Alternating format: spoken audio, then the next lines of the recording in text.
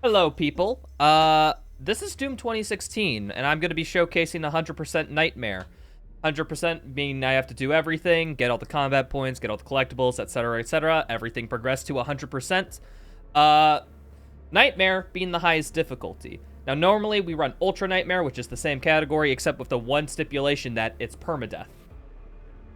That's not Marathon Sace, so we're showcasing Nightmare instead. I'm going to be doing the same route, but this category is super fun, especially with a bunch of new optimizations we made that change the weapon progression routing, how we completely play some levels, and the introduction of paper clips and rail boosts, which haven't been done in this category for the longest time, which I think make this run super good. I'm actually going to do one thing before we start a run here. I'm going to load into the final boss fight of the run. Why?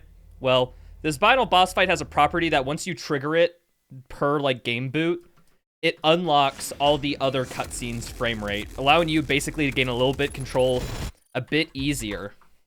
Because this game, it's weird. That's how it does it. One thing to see, I have my splits and my input viewer for you to see. If you want to be more curious about the binds, I'm probably going to put a screenshot of what they are in the description or comments or something. So check that if you are curious. But in general, WASD are movement, and all the number keys are my weapon binds, and then everything else is equipment or separate actions. Without further ado, let's get into a run. We're turning off auto switch because it's best to play this game with most control over your weapons as you can have. So we are only going to be swapping to them when we want to.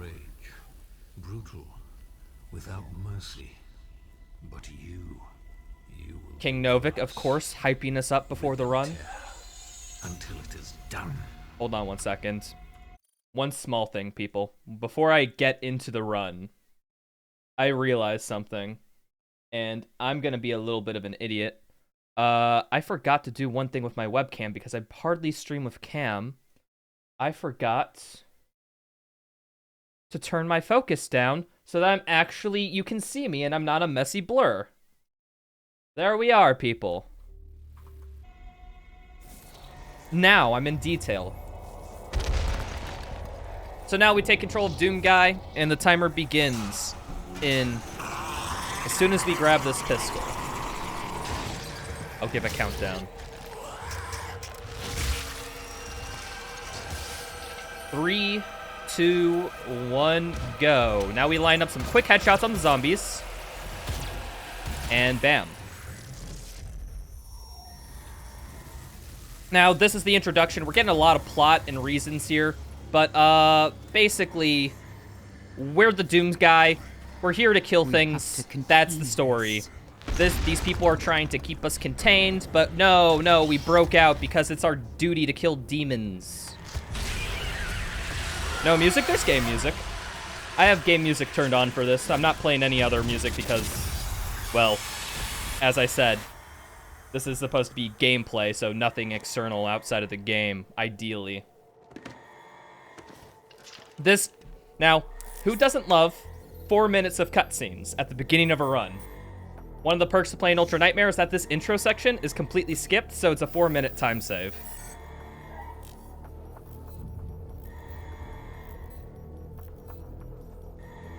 So, yeah, something, story. Samuel Hayden will talk to us, basically being like, could you kill all the demons? And then we'll be like, yes, we'd love to do that. Just kidding. We don't. We don't talk. Doom Guy canonically doesn't talk unless you play a bad game called Eternal. So, I would hate to say that this is a good time to read donations, but literally there's not much going on in the first 4 minutes of the run to where you kind of need that. However, there are a few cutscenes in the early part, so I could probably ask for them or explain very complicated tricks. So we have a bunch of zombies here. I'm going to kill this one because he sucks. And we unlock our first weapon, the combat shotgun. And guess what? We have our introductory combat encounter where we met with the Imp, the worst enemy in this game. No joke, the first enemy we get introduced to by these little zombie dudes are the Imp, and they are the most dangerous. Well, for one, because there's so many of them. And for two, they have an ability to shoot hit scan fireballs at us, which definitely is not fun. So this is the first quote-unquote combat. Normally we'd skip this in Ultra Nightmare because we don't do the intro section. But the basic gist of this encounter is we want to kill imps as fast... Don't mind me. As fast as possible, using barrels, because barrels are basically insta-kill if they ever touch a demon. And actually you. There's a lot of self-damage in this game. And the first encounter, that went all right. I'm fine with that.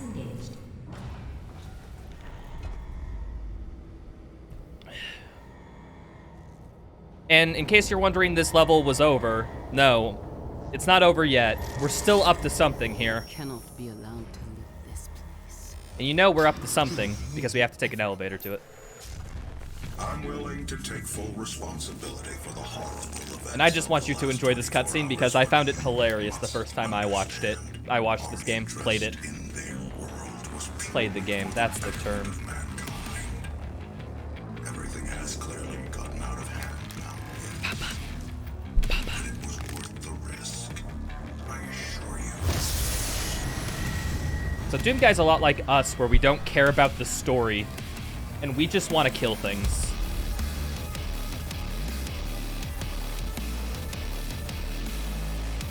Now this is normally where an Ultra Nightmare run would begin. And we just get to go straight off from here. We do some precise platforming there to skip a hard fall animation, where basically your character stumbles a little bit after hitting the ground.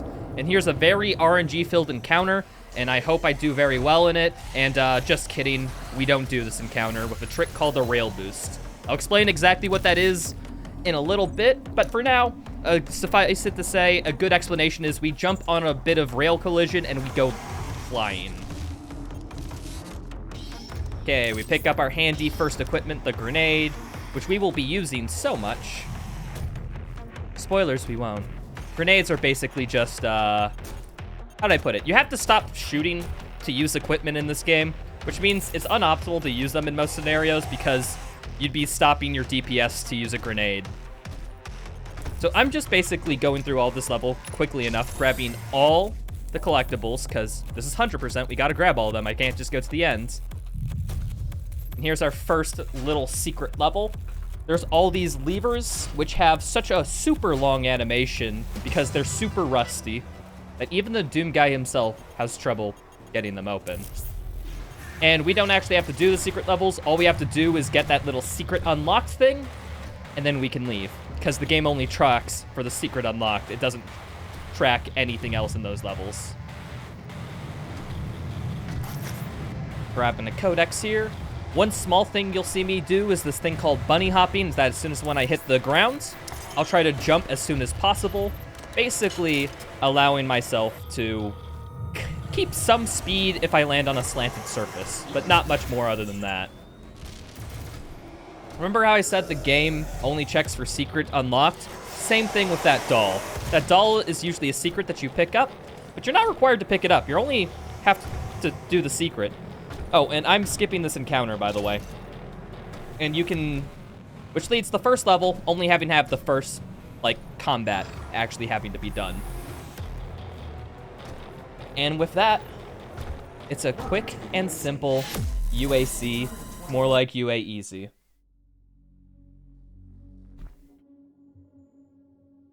In just under 6 minutes.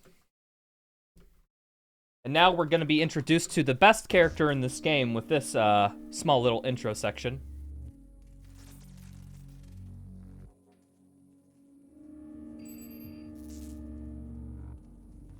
Hello, I am Vega, the sentient intelligence assigned to Mars. After running diagnostics on the Praetor suit, it appears that I can activate optional challenges that, when completed, will assist in upgrading your arsenal at an accelerated pace. I have added a tracking component to your dossier. We literally just spoke to God there, and I will not explain that. Okay, so basically Vega was like, hey, you have challenges you need to complete by the end of the level, and I can give you some upgrade points for it. One of these challenges, Variety is the Spice of Death. We have to perform different glory kills on a bunch of zombies.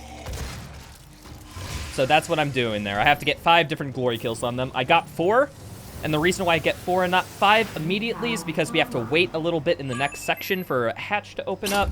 So it's free to get a glory kill while we do that. This is Olivia. She believes in honesty. Top 10 game facts that you don't know about Doom 2016. Picking up a quit armor secret over there. Gotta deal with these little zomboys. And then we got some good patterns, so now we can get the glory kill while this hatch opens up. And next challenge we have to complete is twofer. Kill 2 zombies with 1 shot. And there is a consistent way to do it right after we grab this secret, which is this lever right here.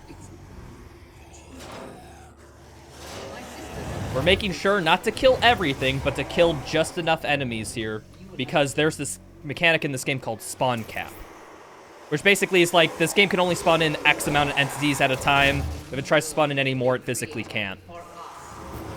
Here, now we're gonna grab twofer right there with a very consistent spot, and now we have this encounter. This encounter, we're actually going to do about half of it because it's free as we're picking up collectibles. So we're gonna pick up this,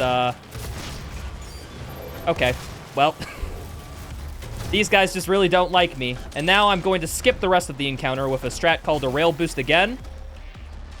And I go all the way up here off some collision onto an invisible wall.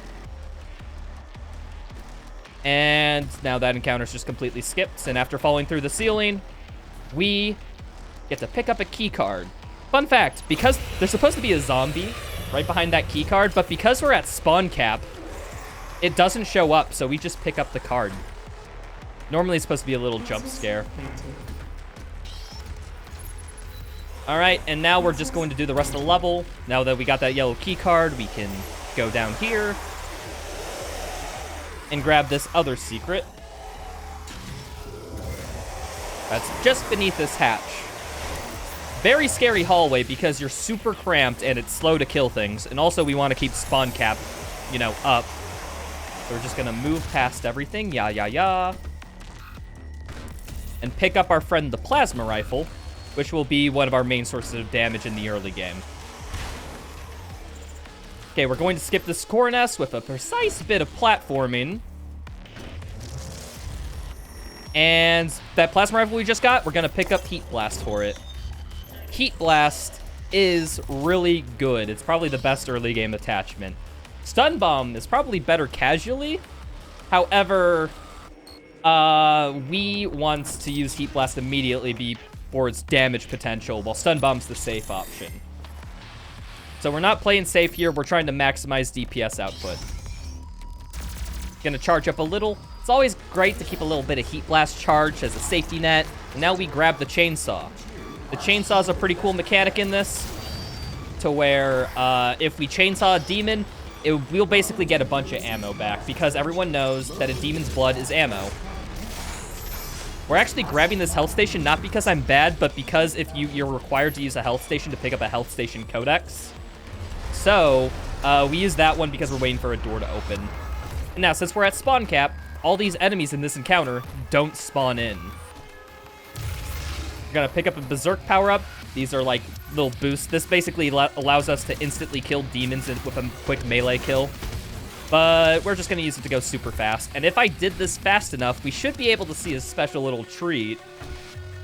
If I did this fast enough, this is the fist bump doll. Will we fist bump?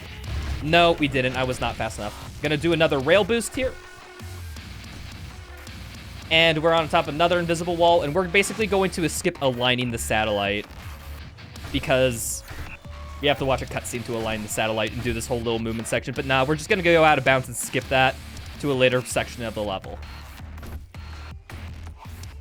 Boop. And then we jump in here. Pick up a codex and the heavy cannon. We pick up this one later in the level because it skips the animation of picking it up. Heavy cannon is pretty good, at least in the early game. We won't be using it often. However, it is a hit scan weapon, meaning we can quickly confirm kills of things that we have with other damage. I'm quickly gonna upgrade my equipment suit there. I'm equipping the weapon swap speed because we like using weapons on cooldown here. So the faster we can swap between weapons means the faster our DPS can be. So it's a must pick, basically, in the early game. One last secret. And we are at the end of the level, where we have a total of about 3 minutes of downtime. It's a gift. Because we have to pick up this Argent Cell, which is required, so we cannot skip this room. It will give you strength. And it will lock us in this room immediately after. If you can withstand the power surge. For our first upgrade, we're grabbing ammo, because more ammo means we can kill more things, and don't have to refresh it as often. Alright, and while Hayden's going to talk here, I'm going to quickly explain the rail boost, because I barely gave an explanation last time, and we have a good figure here. So there are rails in this game that you can stand on, kind of like this. Now, this game has it built into it because it has some platforming elements that if you barely miss a rail, say like if you land right here, the game will be like, well, it actually kind of sucks because you felt you were really close, but you just couldn't see it because you're from a first-person perspective. So it gives you a little thing called a foot grab, where it gives you a bit of speed so that you basically land on top of the rail. It gives you enough speed to basically clear it, and then it sets your speed back to a walking speed. Now, there are certain rails and surfaces in this game with properties that basically have you do the foot grab, but don't stop your speed.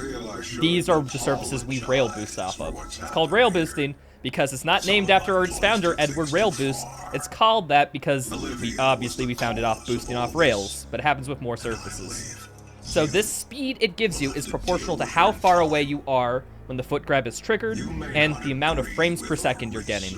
Now you see in the top right, we're currently at 60 FPS. Most of the time in the game, we're at 200 FPS, meaning that we will get a lot of speed because we have a lot of frames. This game's naturally capped at 200 from the game. You have to insert console commands and a bunch of other wacky, weird stuff if you want to access higher frame rates.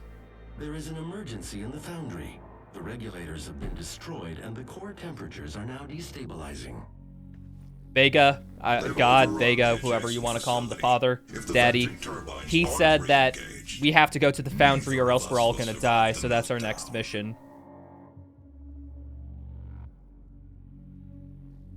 Come on, let me out!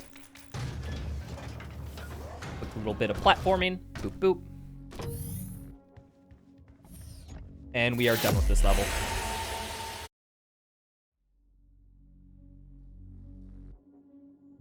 We are on to the next mission of the run, Foundry, and this is the first make or break run. This game, you may notice we didn't have to do combat in a lot of the earlier sections. That's because it wasn't tracked. Foundry is the section where combat starts getting tracked, so we can't skip much combat after this point. We have to do all of it. And right now, I want to play, I usually play a bit of a game here. I can't play the game anymore. This barrel got stuck. I'm sorry, people. I've disgraced. I can't play the barrel game. But hi, we can say hi to Frank here.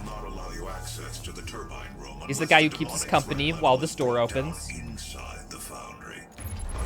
Alright, now there's a lot of complicated routing that goes into this level. I'll do my best to explain it. So we have just enough weapon points to almost upgrade something. The only thing keeping us back is a couple challenges we have to complete, so I'm going to try to get 2 of them really quick off the bat. One of them is killing 3 zombies with a barrel. There we go. Instantly done. And then I'm going to jump off, make a leap of faith directly into encounter.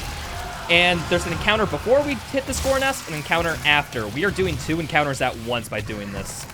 And the goal here is to get 3 curb stomps on these soldiers. Once I do it, I finally have enough weapon points to upgrade the Heat Blast, which is going to be my primary source of damage throughout this whole level. Now, Heat Blast is an AoE, like, attack in front of you that's basically charged by you firing your gun. Now, this is very good because it can hit multiple enemies and thus means kill multiple enemies.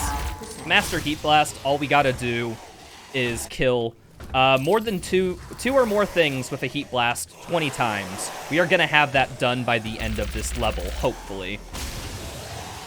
See, we already have 5 out of 20 out of the first thing. Now, we just picked up our 4th weapon, the rocket launcher, which is very important that we pick it up early because it kills things a lot. For example, these 2 enemies there, 2 rockets, and they're, like, instantly dead. This imp is not getting me. He is not getting me today. We pick up this key card to access another section. I should mention at this point, Foundry is a bit of a cluster for a level of routing. This has gone through many renditions, too much to talk about, but we all have this routed out to get as many Heat Blast ticks as we can with ammo refills along the way, and to do all 4 of the Gore Nest encounters in order to complete this level. We just did 1. We're on our way to our 2nd. My game lags there. That was weird. Sometimes... Dude, my game's having a weird bit of lag. I don't know what's going on. This hasn't happened. I'm just gonna hope it doesn't do that. Hopefully this means my game won't crash or something. So we get this Argent Cell to pick up some ammo because we need that refill. You may notice I was like 0 on my plasma rifle. That's because we have this all properly routed out. All right, this Hell Knight, I know he's coming. Can just wait for him with a quick Heat Blast. Okay, we're on to this next little bit of combat. Heat Blast tick. We're gonna do an animation cancel chainsaw on this Hell Knight. Basically, this game has it to where if an enemy is already doing an animation that can't be interrupted, it will not make you do the chainsaw animation. So we abuse that when enemies have spawn-in animations to basically get ammo for free and a very quick kill. Picking up another Praetor suit. We're all good here. And now we are on to the second Gore Nest encounter. Where we, of course, you can guess, we're just going to Heat Blast everything. That's kind of how it works. And then rocket this guy coming up. There's a Hell Knight searching for us, and hopefully we get an animation cancel on it. And we do. And that's that fight done really quickly. Grab this blue key card because we're going to need it for the encounter we're about to get to.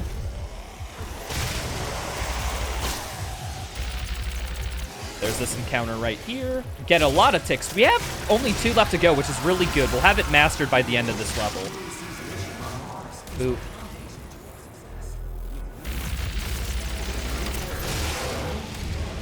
There's a Hell Knight about to spawn in. We will just gank him as soon as he spawns in.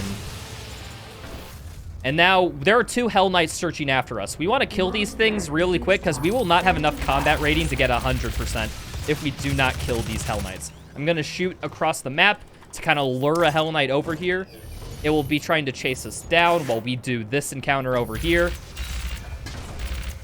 And we have Heated Core Mastery for Heat Blast. This basically means that Heat Blast will automatically charge while we are just doing other things and not using it. We don't have to shoot basically to charge Heat Blast now. We're going to grab some secrets. This guy's going to give us a hand with this encounter coming up quick. Quite literally. Kill an imp. We're going to grab this Praetor suit, and we're going to do a strat called Hot Boost here. So line up about here, here. And no, we almost had it. Fuck, I'm getting it. I am getting it. Why does Hot Boost does not like me? It's a cruel mistress. I'm gonna get it. I swear.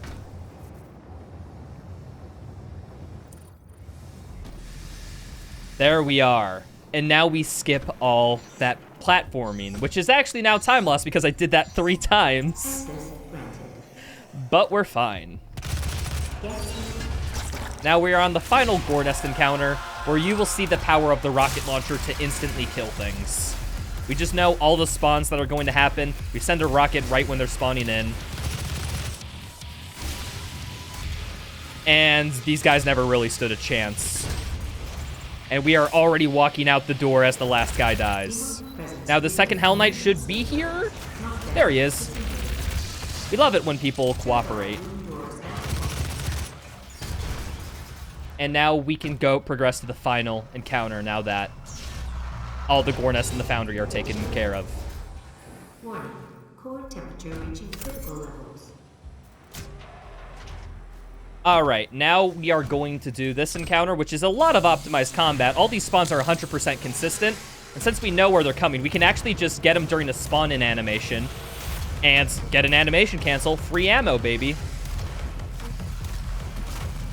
This Hell Knight should come over here.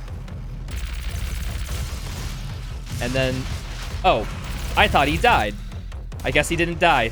Sometimes this game can be a little jank when things are supposed to die or not. That's one of those instances.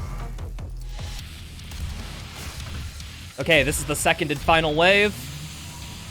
Get these guys as they spawn in. This guy. One imp over here. Imp and a Hellraiser. This Hell Knight comes down. And then one last Hell Knight and we're done. Now, I don't actually have any time to rest after this because we're about to do our second biggest trick of the run called Boundary Paperclip. Now, walls in this game aren't actually walls. They're actually paper thin. And if you are able to basically find a place where two walls don't quite touch, you can actually squeeze in between them, which we're about to do after I grab this collectible. Control room has been activated somewhere nearby. It could be So first things first, I have to do a little parkour to get to the paperclip. We jump on this rail, go up here, and now we're gonna squeeze in between this wall because, like, again, they're paper thin. Then we're going to walk along. Okay. That sometimes happens. Sometimes the wall collision can just barely push you out in that. It's okay. I just load checkpoint, and we're going to do that again. Now, if you fail that in an Ultra Nightmare run, you can't load checkpoint, and thus you basically just reset the run. That's how it goes. Doors now open. So squeeze between these two walls, walk along it. We're going to exit right about here. We're gonna parkour on top of this, on top of the level, basically, where there's a bunch of collision that can slow you down and be sticky. I'm jumping on very precise spots, walking along the edge of this room, and jumping to the end level trigger. Now, the whole reason that we do that is to skip about a 1.5-minute cutscene, where we're introduced to the villain, Olivia, you know, the woman who believes in honesty from earlier. And we have to basically just watch her get away. But now we can actually chase her a bit quicker. And I'm at 82 health. This might be dangerous, but I'm gonna go for the damage boost here. There's a damage boost strat. Explosions in this game do give you a little bit of speed. They're not applicable in a lot of cases, but here's one of the few instances where they are. Gonna jump here, throw a grenade, jump. And we make the gap with 8 health. Worth it. So each level at this point introduces a new thing. Last thing was combat rating. Before that, it was challenges. Here we are introduced to rune trials, which are basically little special abilities to where we have to complete a trial to unlock them, and then after we complete that trial, we get, in this case, vacuum, which is basically we pick up loot from farther away. So health, armor, ammo, all that stuff we grab, you know, from a little bit further away. And all the runes in this game actually have to have a mastery challenge we have to complete as well. This game, to give perspective, I guess,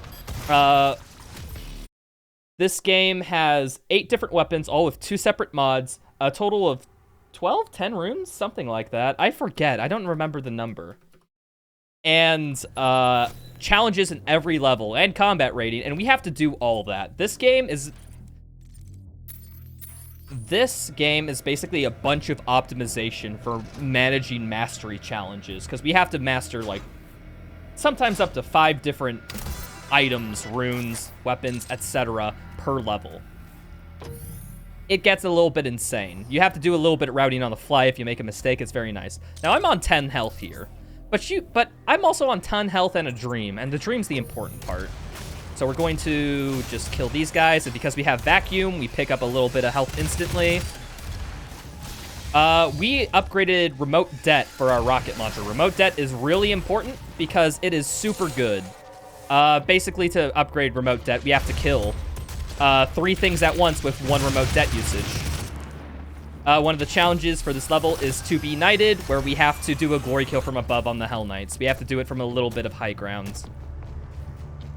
So we want remote det mastered ASAP because its mastery gives us a second explosion, which increases the remote det damage. So we are just going to kill things so quick. So there's a lot of setups here where we have 3 demons set up, and we're going to use remote det to get a tick for its mastery. We need to do that 15 times. I'm going to upgrade power-up effectiveness here because using power-ups for longer and having them last for longer and also having a little bit of damage increase from them. An explosive shockwave once they end. All that stuff is very useful, especially when we have haste coming up, which increases our speed, which basically means we can go faster for longer. I'm equipping another weapon mod here called Lock-On Burst for the rocket launcher. We're not going to use this much. However, it will be instrumental for a trick called Lock-On Canceling, which allows us to skip animations. So we have to do this encounter with these imps. Where are these guys? It's very dangerous to leave these guys alive. So we're on the second Hell Knight that I have to get for this Glory Kill challenge. I'm going to throw a grenade and rocket it. That puts it at a very highly damaged state. And then I'm going to grab this while the Hell Knight's chasing me. We're just going to wait just a second. Just a second for it. It should be right here. Hello. Then a fully charged Heat Blast, and it's in Glory Kill. One of the small contributions I have to the game is literally that Glory Kill setup. I'm proud of it. We're actually very dangerous and close to dying, so I don't know how this will work, but we'll see. Jump scare.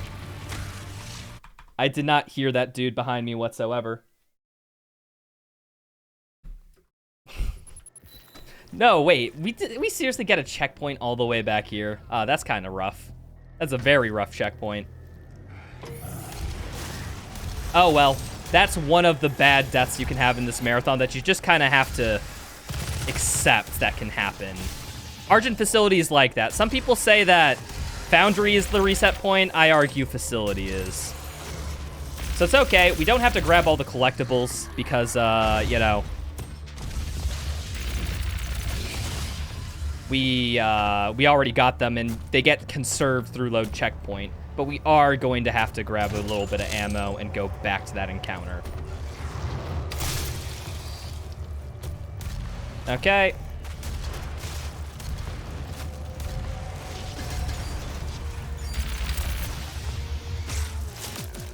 Well, now we can just kill things basically instantly, which I haven't done for this, so we'll see how well this goes. Okay, well, while the second wave is spawning in, I'm going to go back here and grab the secret.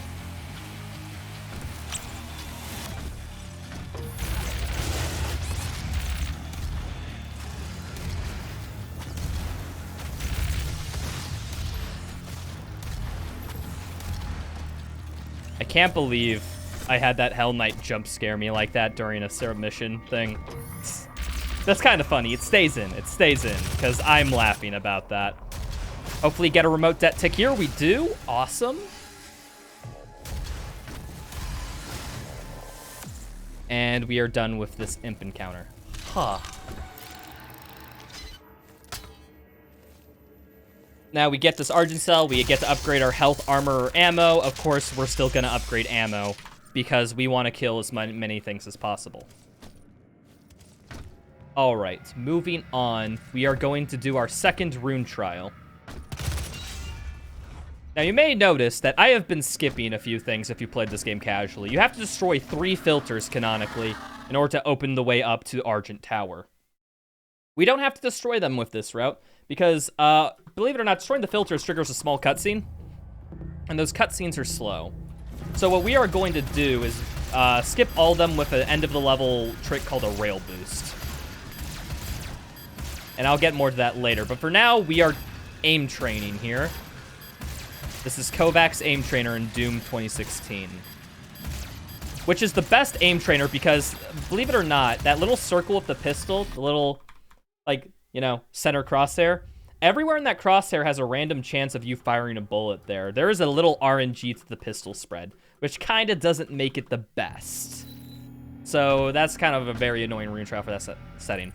Okay, we just got Dazed and Confused, which is a rune that basically it makes enemies in Glory Kill for longer, and the way we master that is by getting Glory Kills from above.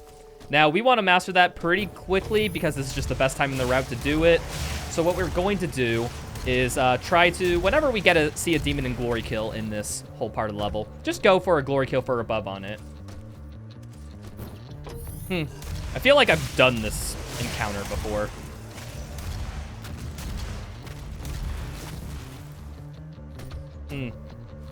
Well, maybe if I just come around back here, I feel like I killed these guys before. What's going on? Well, maybe if I come back here... Well, I feel like yeah. Okay.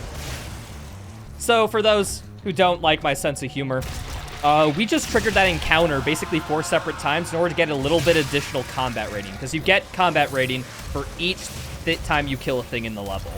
Now, our current route has just a little bit, not enough combat rating to actually get us through the level. So we have to farm a little bit right there. Now we're going to do 2 encounters at once. The encounter that we were farming and the encounter from the gore nest at the same time. And now that it's over, we are going to do called a lock-on cancel, which basically I'm going to swap mods, interact with this little weapon bot here, and I'm going to skip the animation. And that saves a couple seconds each time you do it, so obviously we do that as much as possible. Gonna try to get a few Dazed and Confused ticks here. I'm at 4 out of 25. I could do a lot more. We're gonna get a couple in the next encounter. Now, that Gore Nest encounter, fun fact, I actually didn't finish it. We'll be back to finish it later, and that's actually super important for the routing of this level. We're gonna pick up our friends, our 5th weapon, the super shotgun. This guy does a lot of damage, and it does it good, so this is gonna be some of our main DPS from now on. Demon breach detected. And we're on to this Gore Nest encounter. So first things we're gonna do as soon as we spawn it in is run away, because a Hell Knight just spawned in, and there's gonna be a Hell Knight chasing us. You might notice the theme in this level of Hell Knights. Gonna blow up this barrel. Now by the time we grab this map, Hell Knight should be here, and we can just chainsaw to instantly kill it. And now we can move on to the rest of the encounter, which is just a bunch of these demons that are prime opportunities for glory killing. Farming Dazed and Confused.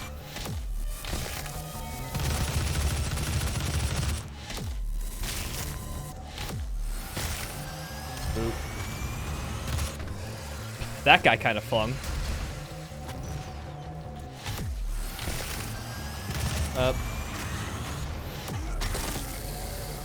Dazed and Confused timing is very, let's just say, it's a bit specific with how you have to time it after you jump. Fun fact, we actually bind jump to scroll wheel in this game because it gives you a little bit extra height when you jump. Because the jump is kind of like a plane that you can do. Like if you're in this plane above the ground, you can jump. So if we scroll, we're basically spamming jump inputs in that plane so we can guarantee that we always get a jump input at the top of the plane. Quickly drive by these guys. And now we're going back to that Gore Nest encounter that we started halfway, about halfway through the level ago. Okay. Dazed and Confused tick. There should be a Hell Knight around here somewhere. We're gonna kill him real quick. And checkpoint. Oh, there's an imp alive. We need this checkpoint. It's very important that we get that. Because combat rating does not save unless you get a checkpoint. And we just completed all our combat rating there, so it's very important we complete that encounter, because we won't have it count. I've lost a couple runs to not getting that checkpoint. Whew. That is the last checkpoint we grab in the level, by the way. The rest of this just doesn't trigger it. Now, normally we destroy the last filter by going through here, but instead we're just going to pick up this Praetor token. And now we are going to go to the end of the level. We're going to do a couple of rail boosts. Go here, get in the specific lineup for this rail boost. Gonna buffer a jump input, and we are out of the level. And then we jump into the last room, completing.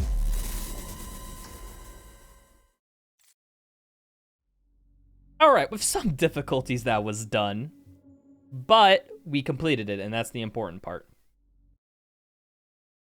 We are now on to Argent Tower, the Argent Inductor, whatever the game refers it to. We are going to be climbing this tower to the top to confront Olivia and possibly stop the demonic invasion. Spoilers, we don't succeed. Here, I'm going to upgrade very quickly Lock-On Burst, There are thrust boots in the main because we will need to master this, and there's just a lot of good opportunities in Tower. Gonna see some optimized combat here. Getting a couple Dazed and Confused tick. There's a Rev looking for us, but we're gonna grab some Dazed and Confused ticks while this is going on.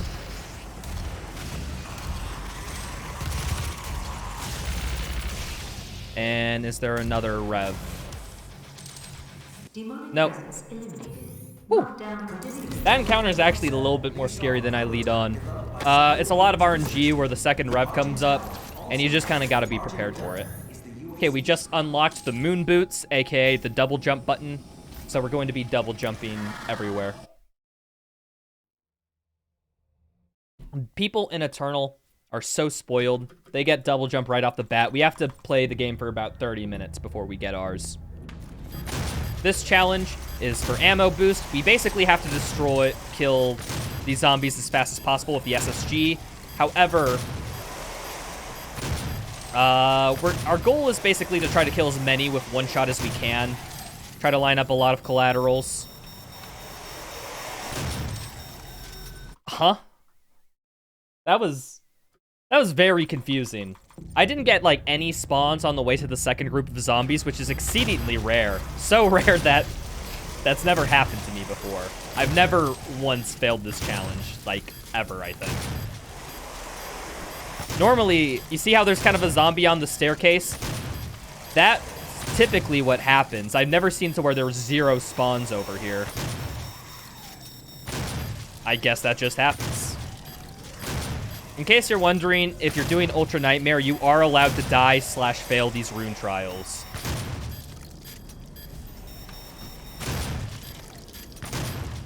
The game will just basically make you redo them until you succeed. Which, for Ultra Nightmare, speedruns, not really doable. Mainly just because, you know, it's time loss. Like, you know, just from the cutscene and the countdown alone, you lose about something like 10-15 seconds. So it's a big time loss.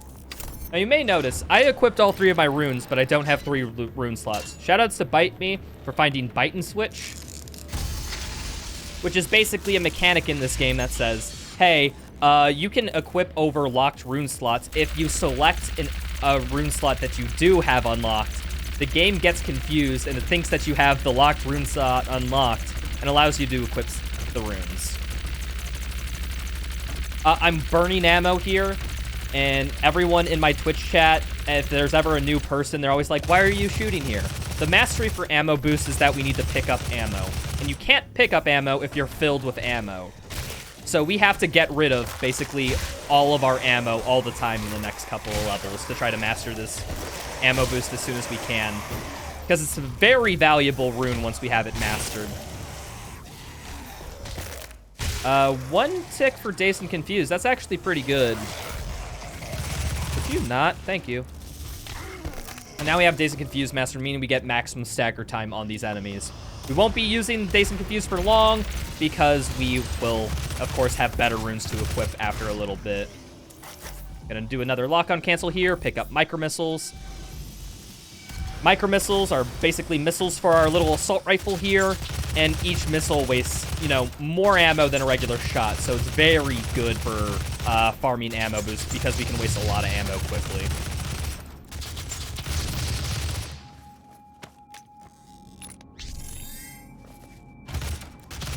That should be enough ammo waste for the assault rifle for now. Let's waste a little bit of shotgun ammo. There's Olivia. She's getting in the elevator. Why aren't we chasing her and looking at her? I don't know. This is a common flaw in a lot of games. Hey, look at the person getting away. I need to get after him. No, let's just watch them use the elevator real quick. still viable. We are at great risk. See, we could have been opening this door in the meantime, but no, we just had to let her get away. And now we're going to, unironically, the hardest combat encounter in the early game, right here. It's not much, but we do have to get 4 glory kills on imps for a level challenge, and there's explosive barrels everywhere that can blow up and kill us all. Here, we're good here. And then after the third one, what I like doing is I like blowing up the barrel so they don't have any possibility of killing me. Where is an imp? Oh, there you are.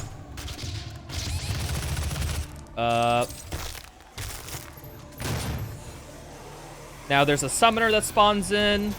Now the upgrade for lock-on is getting kills with a summoner using lock-on burst. So there's just 2 summoners right off the bat here. So we get a big head start on our mastery. Whew. Okay, didn't die there. I'm quite glad of that. Gonna pick up some ammo. And see, we are already 50 ticks at completing ammo boost. As you can tell by the challenge popping up on the right. You have to do 500 ticks. So we're going to be getting a lot of ammo refills throughout the run.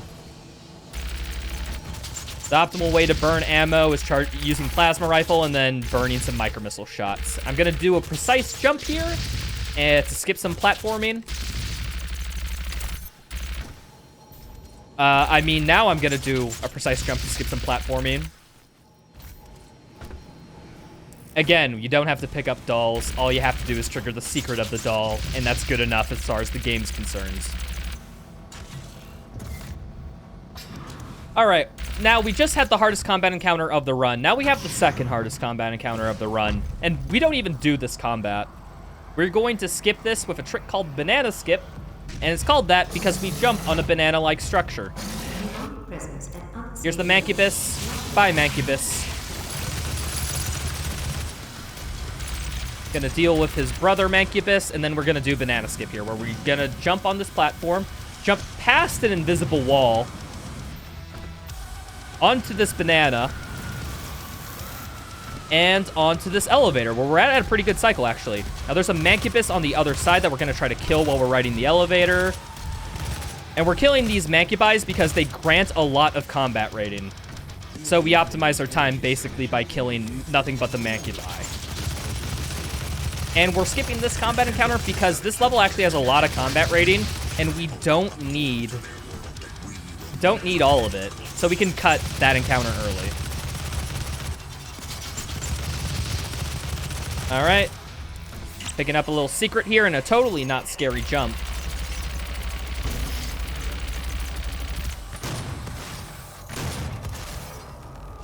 Now we don't actually need to use these little ledges to parkour. We can actually... I nearly lost that. That would have been funny. But with a couple jumps, we can just get it here. Now we're on to this encounter. First things first, we got to kill a Rev. Then the next wave spawns in. I'm going to grab this invulnerability while that's happening because it's just free. And now I'm basically guaranteeing myself safety.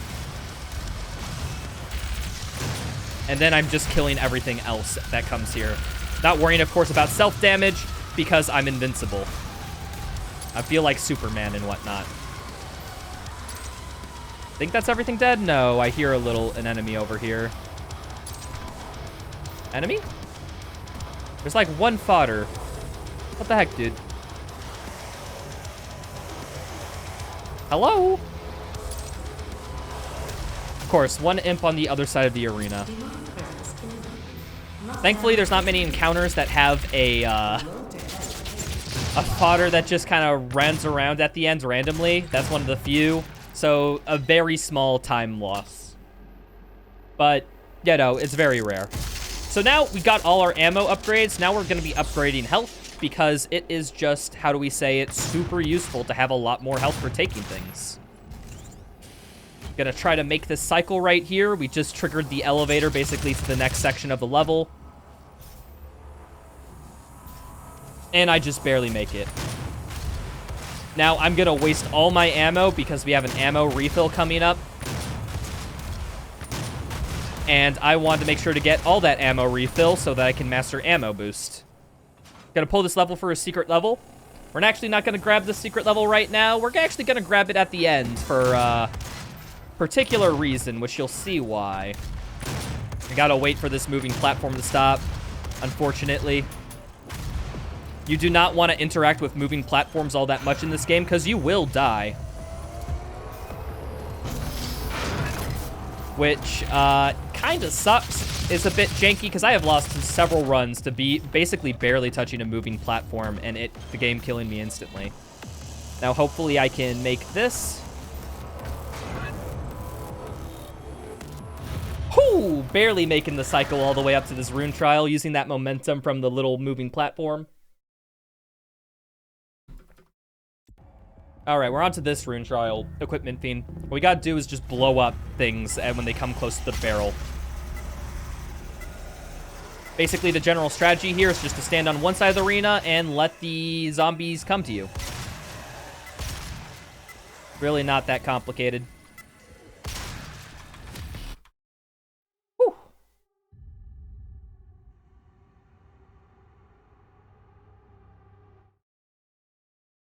And we go on. Now that we wasted all our ammo, we're just gonna grab this little power-up right here because it completely refills our health, which is very nice. In fact, it overcharges our health a little bit.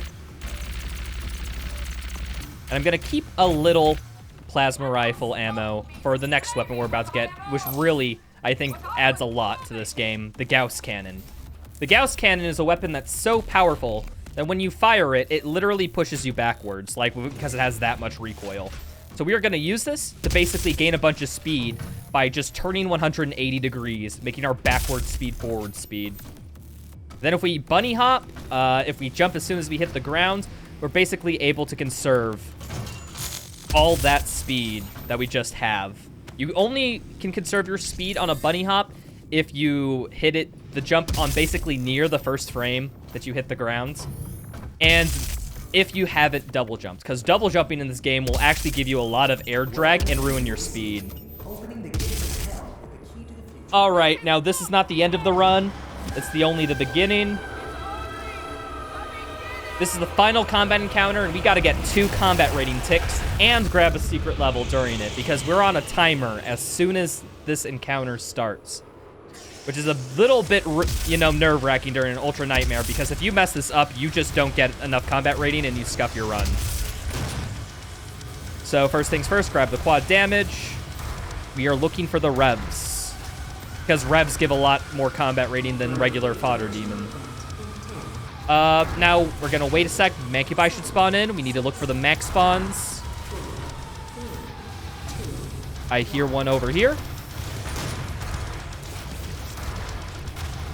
Oh, there's one over here too.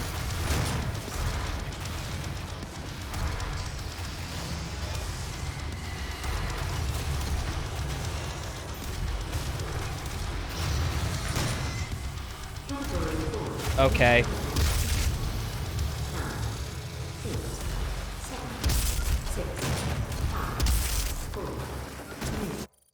And unfortunately, I did not get it there. I got very unlucky with a bunch of spawns, so I was not able to get the combat rating. If that ever happens, typically what I'll do, this is a marathon setting, I will go here.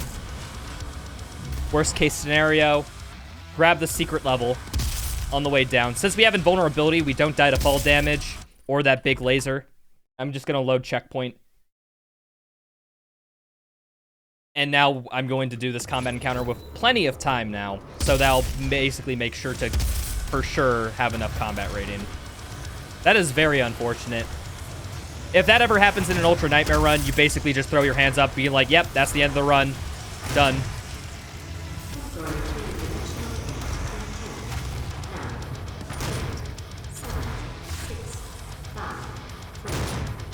Which is actually kind of very rare to not get enough combat rating there in my experience.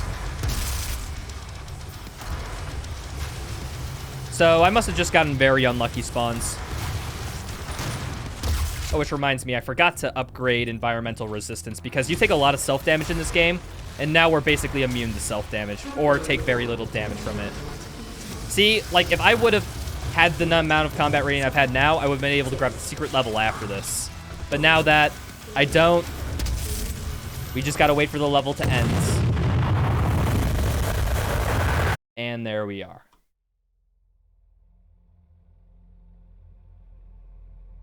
So because, you know, Olivia basically threw herself into the laser beam, basically caused like a nuclear explosion that transported everything around her into hell. So that's where we are now, people. Welcome to hell.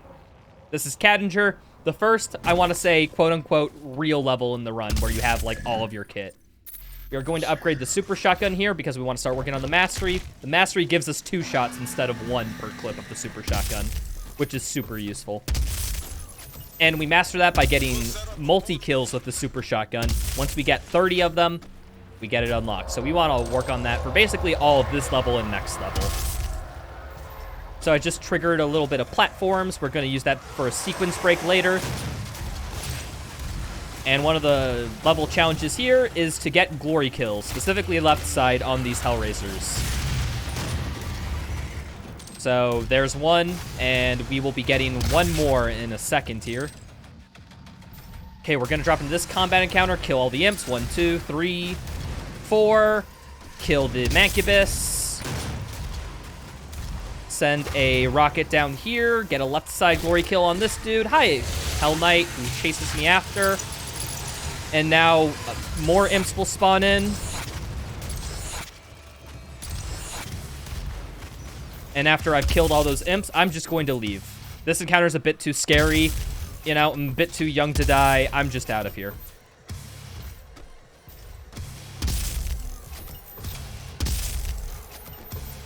And now, since we triggered those platforms a little earlier, we're going to use this to get to the next area. Get a little bit more double trouble mastery on that super shotgun. Discover a secret. Pick up another skull. And, oh, this place looks familiar.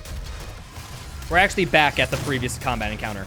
This arena is used twice, and what we do with this little sequence break is that we trigger both the encounters at once, which is very useful because now we have quad damage. And quad damage makes it so that you kill things super quickly. So that's going to be our main strategy here. Just using quad damage to constantly kill both encounters at once. Which this encounter gets a little bit scary. A little. Because it is, like I said, 2 encounters at once. So that's 1 encounter done. I can tell because I heard the little opera choir trigger in the background. And that's the second encounter, right as quad damage fades out. That's actually a really good encounter. We finished that around 2:30. That is basically as close as you can get to ideal on this encounter in my experience. Fastest I've seen was about 2:20. That was like on really good RNG with like enemy patterns and damage and whatnot.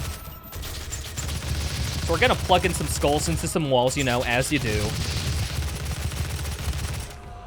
We're actually coming up on an encounter here that we're skipping. Cadinger is actually loaded to the brim with demons to kill for combat rating. So we can just straight up skip a couple encounters. So we are going to completely ignore this thing to go on to the rest of the level. All right, we're gonna do a little cool platforming thing here. And we skipped climbing up there, grab the secret, and then grab the rune trial. Because the secret is slightly separated from the rune trial. There are different triggers.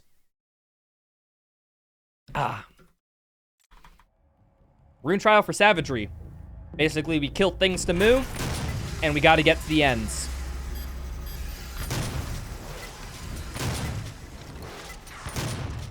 This trial is a little bit, let's just say, very straightforward.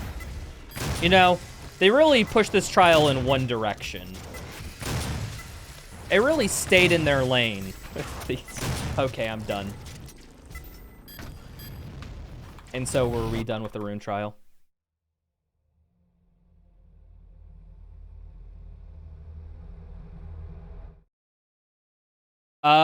We have unlocked a lot of runes. We actually are not equipping them because we're gonna wait a little bit. Because these runes aren't really useful, nor do we need to master them. We're gonna pick up this other Argent Cell, grabbing health again, because we just want as much health as possible. Health is way better to pick up than armor in this game, mainly just because you can regenerate health. You can't really regenerate armor.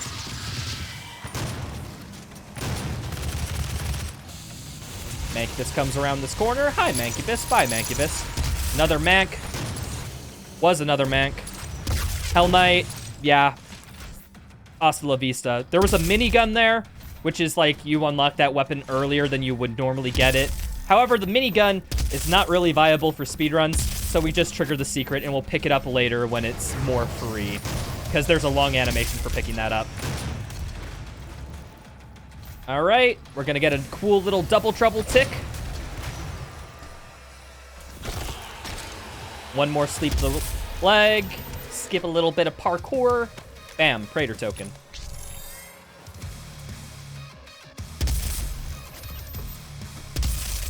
And you can see here, but just by all my Gauss usage, that this weapon mod, that the Gauss cannon itself is instrumental for this category. If we didn't have that, we would lose a lot of time, because 180 boost and just bunny hopping and all that jazz, it saves oodles of time. I'm not joking when I'm saying minutes over the course of the run. Probably somewhere close to 10 if I really had to guess.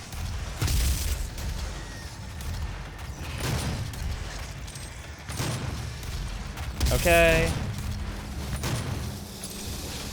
And with that, we are finished with this encounter. Oh, but there's just a Rev over there. Sometimes they can live on 1 HP. That's okay, actually, because we had to wait for that door to open anyhow. Whew. Now we're on to another rune trial, Seek and Destroy. We got to get glory kills from above on these Hell Knights. And we're only given micro missiles to do it.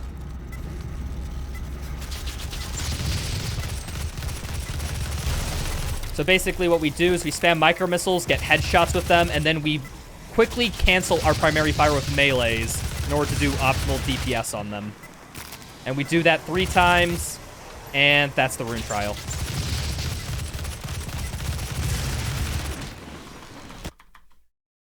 Whew.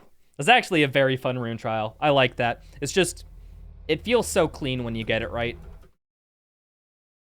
All right, I said that we didn't swap runes because they're not useful. Well, we just picked up a couple useful ones, so we're going to swap those real quick.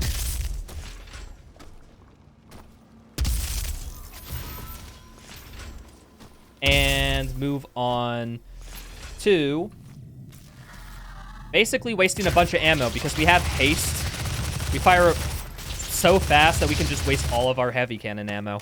And there's a lot of secrets to pick up in this area. So we're just going to waste ammo and move on to the next encounter.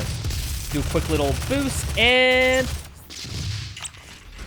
grab this little toy. And now we're going to do a different animation cancel called hollow animation cancels. Where basically we just are able to skip the animation of opening weapon mod bots now by simply using our hologram equipment. Which hologram is the most useful equipment in this run. All right, we're introduced to this thing called the Baron here. It's focusing on other demons right now, so we don't have to worry so much. But we can quickly take them down with a few precise shots. A summoner will come in. We're very quick going to lock on it to kill it instantly. 1 Baron. With quad damage, yeah, you kind of just kill things nearly instantly. Cheeky double trouble ticks. I'm going to grab this ammo, waiting for this guy to spawn in.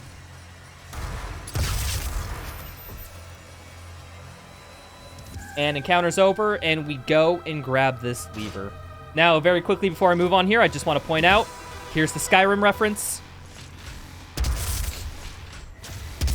And now we just move on, grab the secret level from the lever we just picked up. Boop, boop. Gonna jump.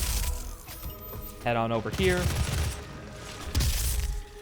We're gonna waste ammo because this isn't really a good Gauss boosting spot.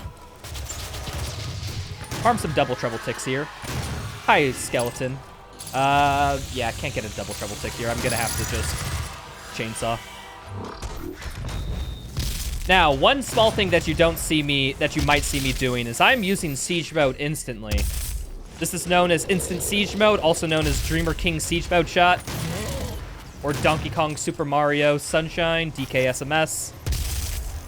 That name will catch on, I'm sure. But basically, this gives us a very high DPS option.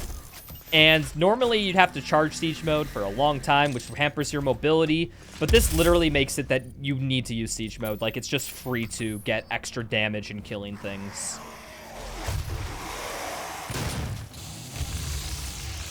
So we will be using that all the time. It is perhaps the most broken thing about this run, is instant siege mode. We can just instantly kill things.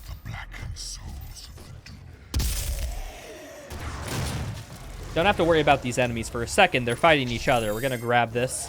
And I upgraded another weapon mastery, Precision Bolt.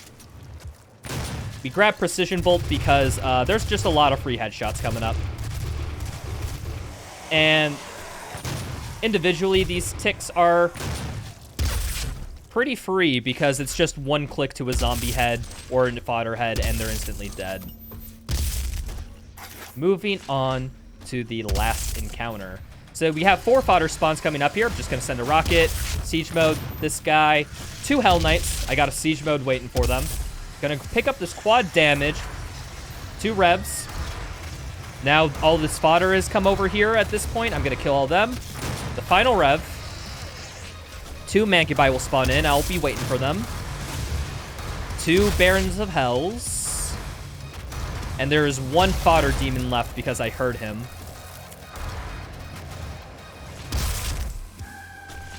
And that's that encounter done quite easily. Whew. And that is all of CAD.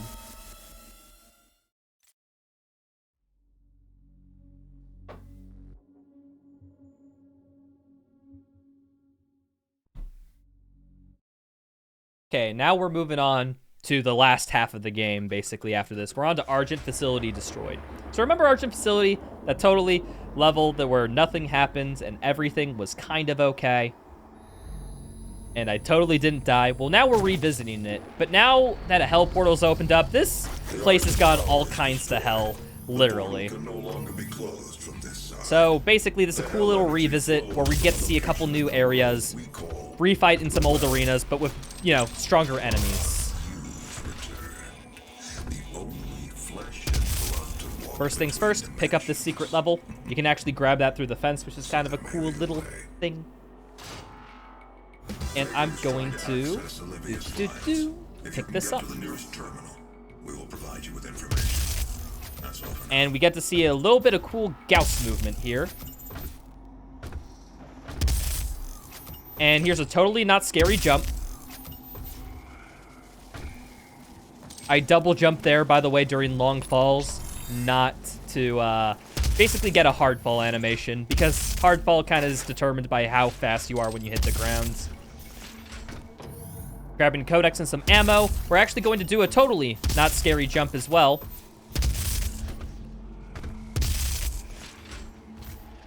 And we just skipped half the level. You're normally supposed to grab this rune trial way later casually. But we grab it right away, well, because it's just a small little Gauss piece away. Armor defensive. This is the hardest challenge, the hardest rune trial in the run. Basically, you have 1 health, and the only extra health you get is from these little armor packets around the level.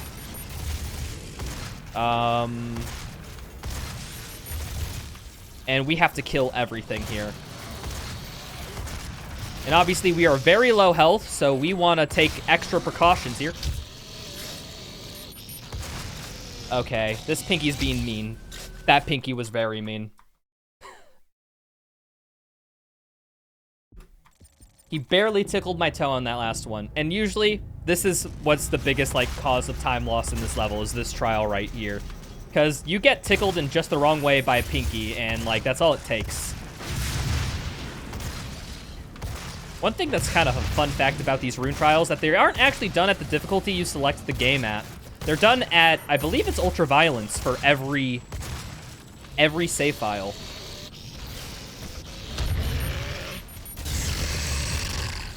Come on, dude. What the... This game, let's just say, isn't the most consistent thing. Oh. Well, you guys also got showcased the funny there. Sometimes an imp spawn can just spawn in immediately in front of you with a fireball, and you're just instantly dead.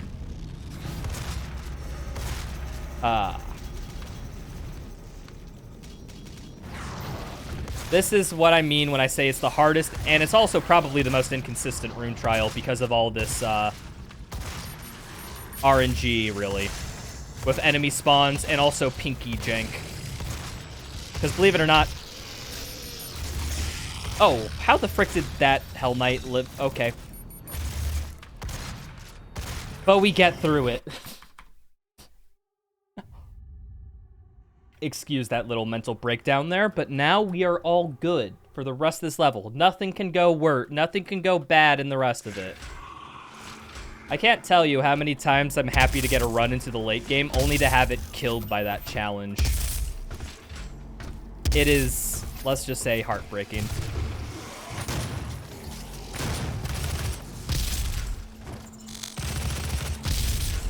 So we should probably talk about challenges for this level, right?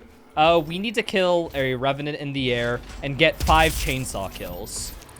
We're gonna be getting chainsaw kills throughout the level. But this next Revenant, we want to jump in the air nearly ASAP so that we can kill it and grant that challenge. All right. Double trouble ticks. Where is this? There's a Hell Knight. There we are, we're good. Now, Rev, please play nice. Jump in the air, please. Jump in the air, please. Please, please just jump in the air. Please, dude. Please, please, please. There we are. See, sometimes it takes a while. I am continuously wasting ammo because we need ammo boost basically mastered by the end of this level.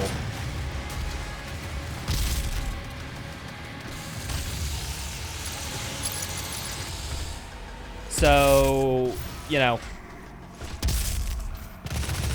there's too many reasons to chainsaw here, while also a lot of reasons to pick up ammo.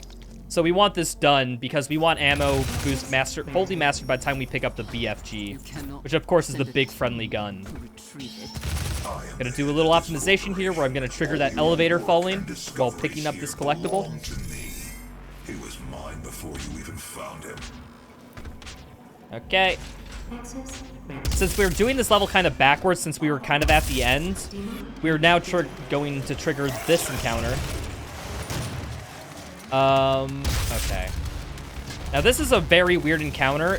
We actually don't want to kill things as fast as possible because that will mess up next spawns in the encounter. So what I'm going to do is place a decoy, kill this pinky very slowly, wait for this pinky, kill it very slowly. Then while things are hopefully spawning in, I'm going to swap runes to armor defensive right here. Basically to get free progression on that. Armor defensive basically is you need to pick up armor to master it. So we pick up that mega health, which gives us a bunch of progression towards that mastery. Should be one more fodder that I'm missing here. Okay, we might have gotten pretty bad spawns, but that's okay. It happens. There we are. That guy was hiding from us. One Baron. Yeah, we kind of meet some spawns with a chainsaw. You know the thing. We're going to skip a little bit of platforming by doing this and pick up Stun Bomb. Stun Bomb is very important. It basically stuns everything it hits, which is super cool for survivability. But we pick it up so late because survivability isn't fast, despite, you know, everyone really liking it. We're actually doing pretty darn good on Double Trouble Mastery. Okay, boop. So now we're at a pretty slow encounter here, so we're just going to take this time to basically farm masteries and kill things as they spawn.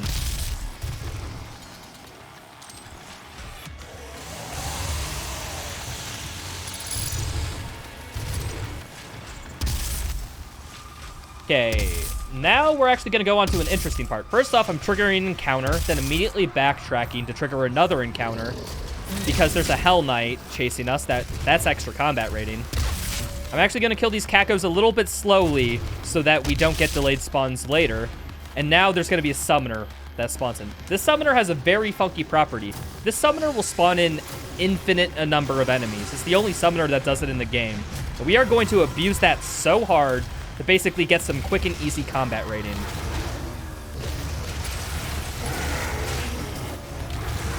So we're going to farm this for about a minute or so.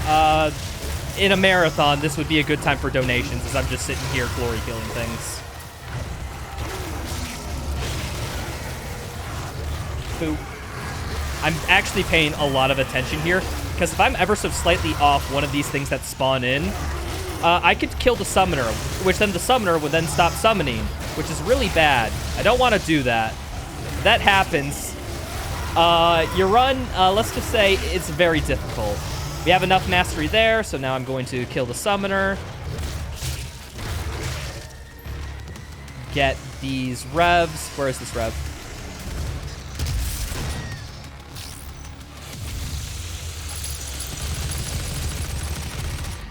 I nearly have... there we are. Please, dude. I just needed one more chainsaw there because I needed to make sure ammo boost was mastered. That's typically where we master it in the run. I was just 2 ticks short. So, I had to get an extra chainsaw just to make sure everything is still going according to route. Alright. Now, I kind of lied. The last rune trial was not the hardest. This rune trial is the hardest.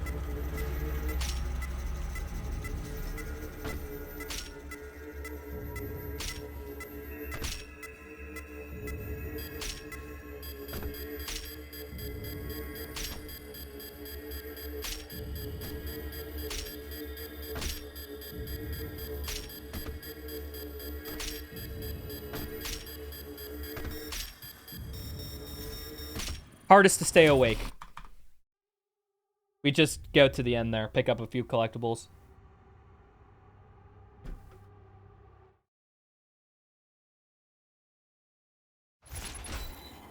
Alright, we're going to de-equip ammo boost, equip armor defensive here, because we need to start working on that. Every time we pick up a mega health, it's 200 mastery to armor defensive, which is super important. We basically don't de-equip armor boost for the whole run because we are working on it constantly. Here I'm going to grab equipment system and upgrade the explosive shot for the combat shotgun because we will be using that all throughout this next few levels because there's a lot of imp spawns. The mastery for explosive shot is, of course, killing imps with direct hits with it. We're introduced to the Pinky. This is the first time seeing it. That's why there's a cutscene, obviously.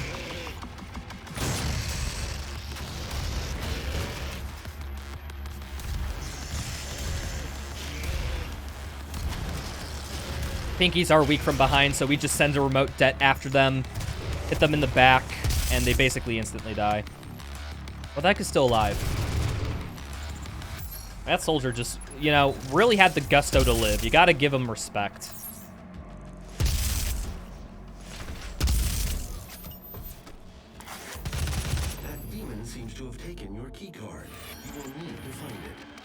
Alright, now we get a quad damage in this arena, so what we're going to do is basically use this to farm explosive shot mastery. Because we can instantly stagger with one shot, and then just explosive shot while they're in glory kill. This is very nifty. Plus, we can't really optimize this level because this has a lot of timers, so we might as well get some mastery while we're waiting for these last few enemies to spawn in, which there should just be a rev. I do not know where this rev is. Hopefully it jumps up and tries to attack me while I grab this. Alright, well, it did that eventually. This is actually a pretty interesting encounter because we can manipulate where spawns are based on our line of sight. I'm going to look over here, and this Rev and Kako will just immediately spawn because I'm looking that way.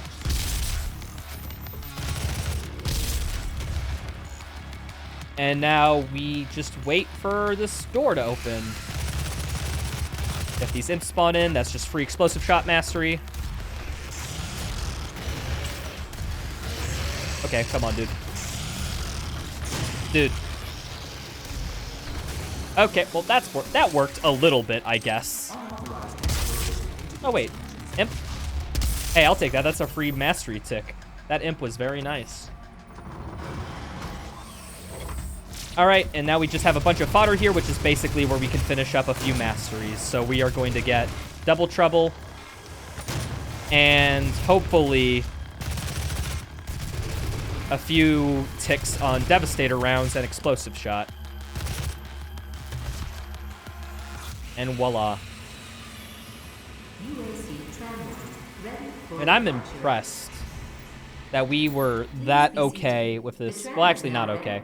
I'm comparing to average on these splits. And my average is quite bad. Especially on Nightmare, since I have my Nightmare and Ultra Nightmare split separated. My gold for that is under 11 minutes, about like a 1040 or something. So that rune trial, the hard rune trial, actually lost me about a minute from all those shenanigans, which can happen. All right, here's a very funny. You can actually get Devastator round masteries on this tram. Why? I don't know, but you can just shoot your clones. My office is on the Which is unironically why I upgrade Equipment Fiend early, because it will get me 3 free Devastator ticks while we're just waiting in this train ride. Now, we can't do this all the time, because you only get ticks for Devastator rounds if you are on a moving platform of your clone. Cool little rail boost here.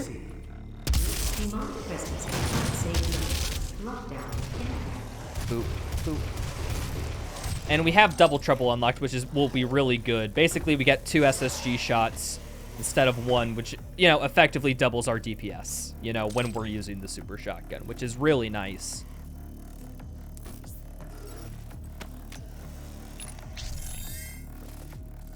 All right, while I'm here, gonna upgrade Dexterity so that we mantle ledges a bit faster. This is just a, you know, little bits of time save all throughout the run. And now is here where we start going really ham on Devastator round ticks, because Devastator round ticks are just 1 headshot, and there's a lot of fodder in this level. This is Advanced Research Complex, by the way, speaking of the level, and it is the hardest level in the run.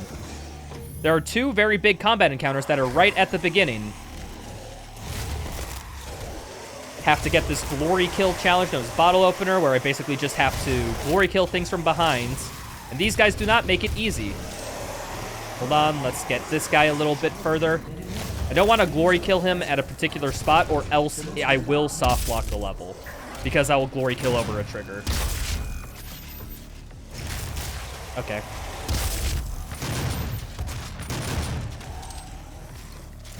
Okay, bottle opener complete. Get a chainsaw, refill on ammo, and now we're at the one of the 2 very hard encounters in this level. Gonna farm some explosive shot there.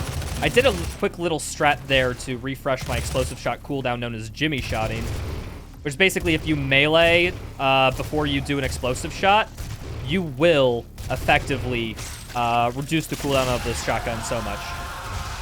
Okay, now here's a hard encounter, so I'm gonna be a little bit of serious time here.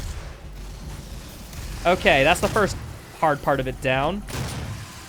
Now there's 2 Hell Knights that are going to spawn in, and my goal is basically to chainsaw one of them.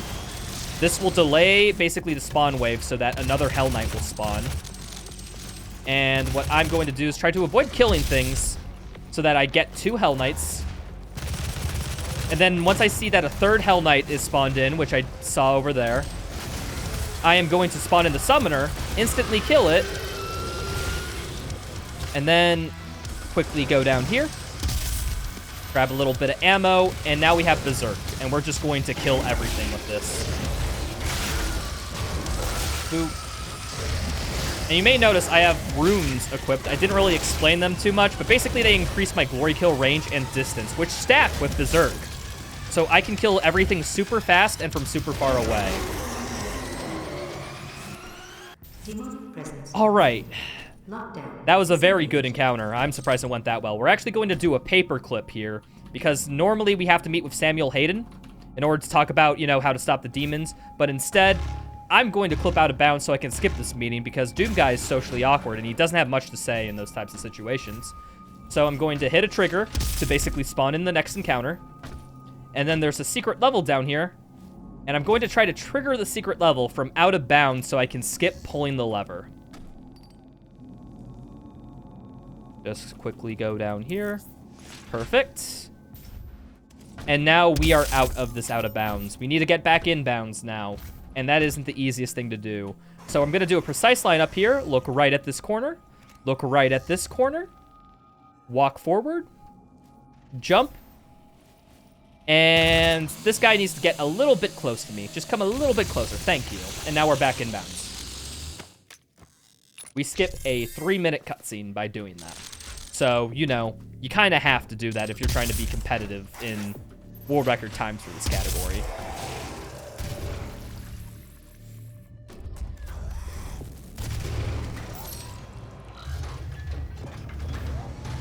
And now it's very important that I don't die here because the checkpoint I had was right before the out of bounds, and I don't want to have to do that out of bounds again.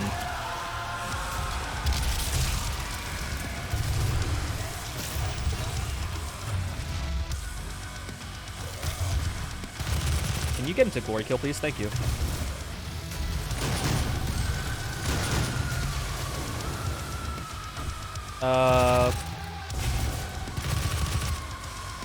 Still farming some explosive shot mastery. Oh, I do not have much ammo here. Huh, I wonder what happens. I'm a bit low on ammo, which is a bit rare.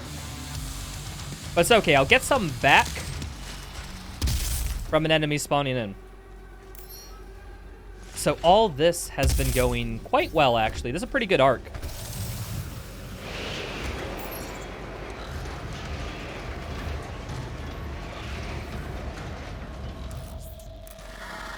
And now we move on to the next rune trial, Blood Fueled. Blood Fueled increases speed after glory kills. We don't do glory kills often, so we will be farming the heck out of this. But first, in order to do this, we have to kill things, and we have to kill things to move. So if we do not kill anything, we cannot move. So I'm just going to stand in this spot, which I really like, which has an angle on a lot of spawns in this encounter. And I'm just going to shoot things until they are dead. Quite an effective strategy. Where the heck? These guys were not nice and took a while showing up.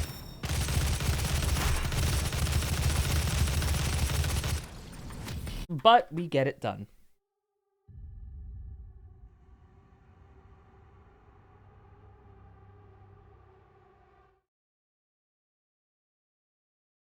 All right, now we're actually on a timer coming out of this rune trial. Because now, basically, the entrance to the next area is basically open by a close-open cycle of a gate valve. So we are going to try to just, you know, calmly make our way, but we don't need to go too fast because, like I said, we're waiting for a cycle. So there's not much room for time loss here. Although we are going to skip a little bit of some sections by just, you know, doing some creative parkour.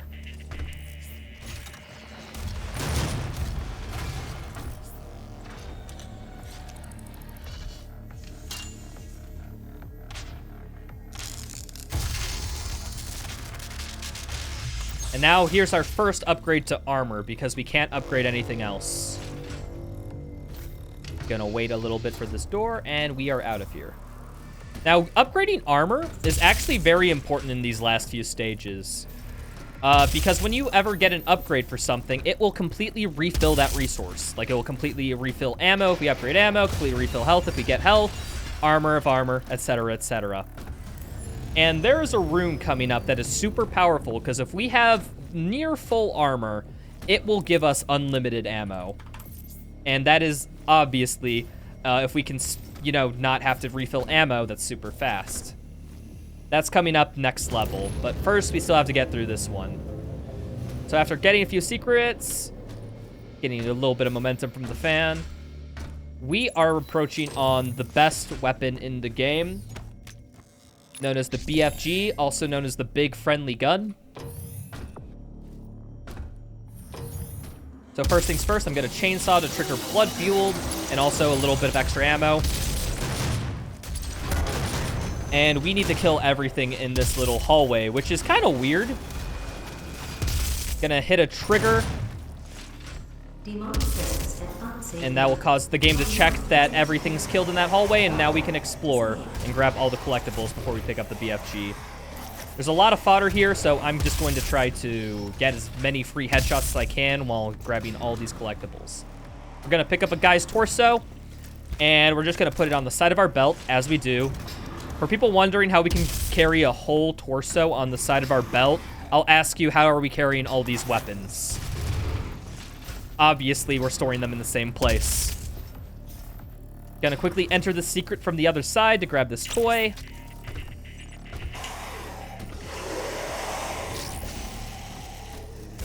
free headshots. And now we are finally going to pick up the BFG. I'm actually going to skip this little security measure from the BFG with a precise Gauss boost. Just gonna line up in the center here. Please. Got it.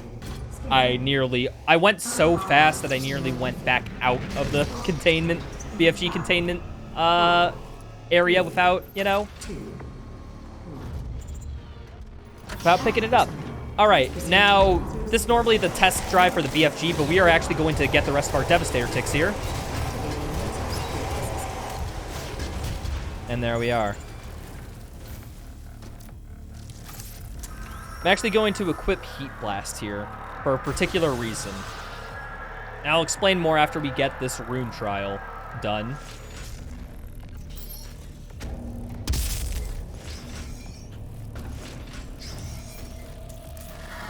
This is the rune trial for Intimacy is Best. Intimacy is Best basically gives the demon increased damage resistance while it's in glory kill so that you can go and glory kill them. And so that you don't accidentally kill them.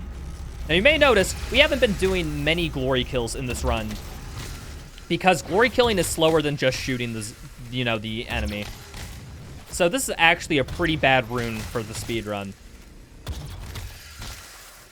So we are kind of trying to master it as soon as possible and then never touch it again. That's a fun little, you know, rune trial, by the way. You just get a headshot with the pistol and then you go in for the glory kill. And so, in order to put things in glory kill, we have equipped Heat Blast. Now, Heat Blast does more damage the more you charge it. So we are going to charge it at a very specific tick areas so that we can put things in glory kill. The first things first, kill these guys because they get in the way. Put all these guys in glory kill.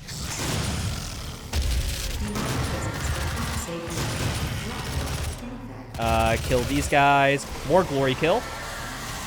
We're going to get a chainsaw in order to get blood fueled. Wait for these to get out. BFG. And we get a bunch of blood fuel ticks and Intimacy is Best. I got just under 30 and just under 20 for blood fuel. That's a little behind, but we should be fine, provided everything else goes right. Gonna kill these revs real quick. And now here's a very hard encounter. I gotta get all of these Hell Knights. I gotta get 4 of them before the summoner spawns in. And I got all 4. Fudge. That's why that encounter is hard. Because you can randomly get sniped by any number of 50 imps in that encounter. So this is another common run enter. So I'm just going to try to do this as quick as possible so that we can get back into the run.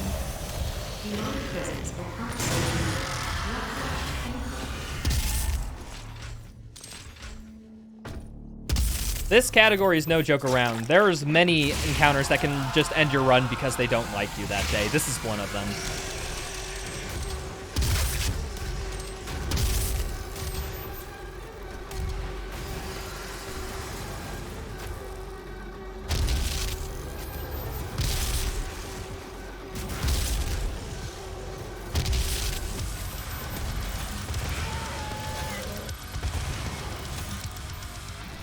Alright, well with that we have multi-targeting mastered, so that we'll practically never use lock on again. We're just gonna wait because we're on a timer waiting. Oh. Holy, that was close. I don't want to talk about that. Schnikes, dude.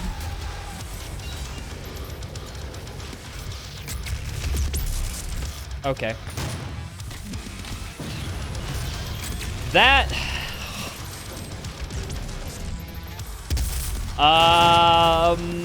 yeah, that all went to plan. I wasn't scared. Definitely didn't get to 1 health 5 different times. That was on purpose. Definitely. Lockdown. Disengage. Huh. Alert. Lazarus service elevator now alert. This game is unforgiving, people. It's unforgiving. And I may or may not have gotten lucky. 1, 2... That was a surprise encounter, by the way. Demonic presence. You can kind of, if you know where the spawns are, just instantly greet things to kill it. Oh, okay. Well, now that that cluster of a level is over, we're on a bit of a soft patch for the next hour of the run. We're on the end game, where it's like we are almost fully kitted out. We have a lot of survivability on our hands. So deaths are very rare, and a lot of it just comes down to how fast can you do the options, and how fast can you kill things. Find the healing stone in Olivia's private archival lab. Gonna upgrade the pistol here, Deep within this facility. and we're gonna have a Few bean have ever jamboree. seen the stone. But if you came The pistol to us mastery for is getting headshots, killing things with headshots, basically. And this level has a lot of fodder and zombies that we can just headshot and then immediately move on. So that's exactly what we'll be using it for. I am completely out of ammo in the plasma rifle. This is interesting.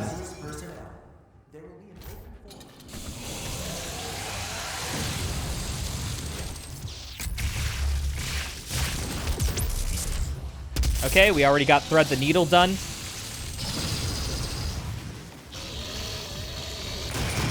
Pinky's trying to get me. Thread the Needle is the challenge where we have to kill, like, I think it's like 8 enemies with 1 shot. And we just BFG down that hallway to get that. Now we're on to a Gore Nest encounter here. We need another varieties to spice of death. This time we need to get glory kills on soldiers. So we are looking to basically find whenever a soldier spawns in and glory kill them. We have to wait for timer anyways to get a bunch of Hell Knight spawns. So we are not wasting time by going for all these glory kills.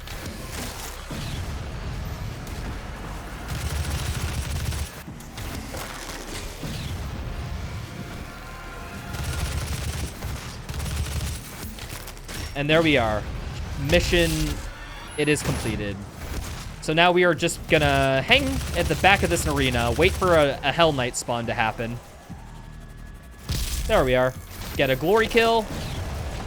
And hopefully Master Bloodfield. We do Master Bloodfield. Awesome. So now I'm going to de-equip Bloodfield, get ammo boost back up. Ammo boost when mastered, what it does is basically every time an enemy drops ammo, it has a 5% chance to drop a BFG ammo instead.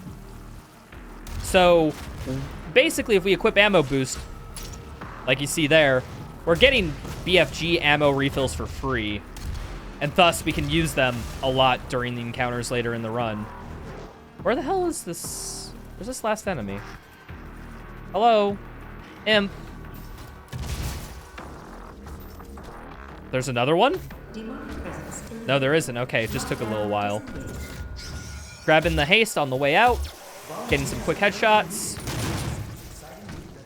And we are good. Oh. I must say, this is going quite interestingly.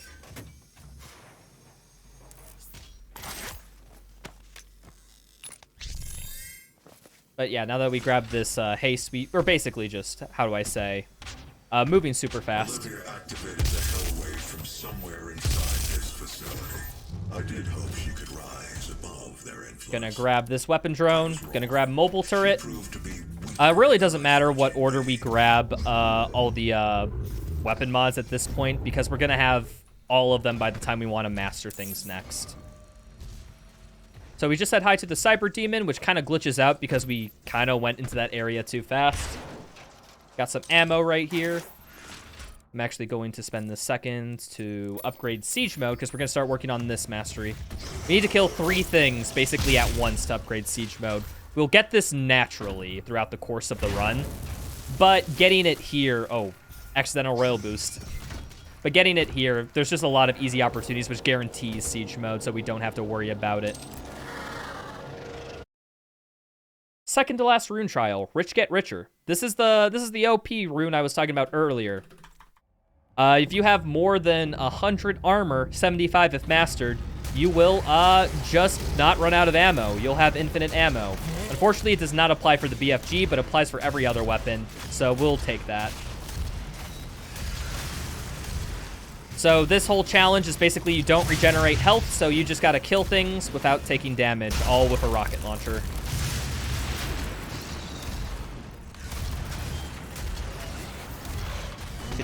not. Thank you, dude.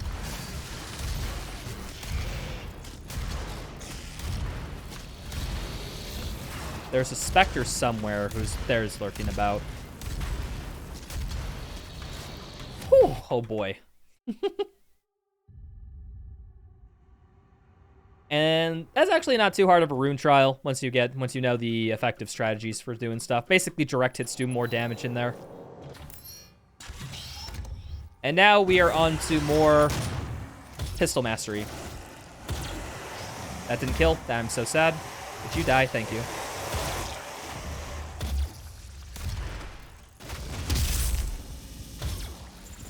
I barely missed the head there. I'm so upsetty about that. I ran face first into a soldier there. That was just a bad Gauss boost, I guess. Alright, now on to another combat encounter. This one, as well, is trivialized by quad damage, basically. We just quad damage, rocket everything, and they all eventually die. Oh, we got a free BFG, so that means that we can fire a BFG.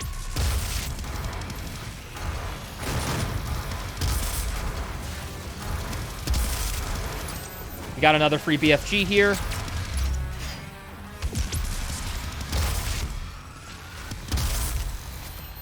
And that's the kind of why ammo boost is so powerful, because you can just have a good chance of getting a good BFG fill.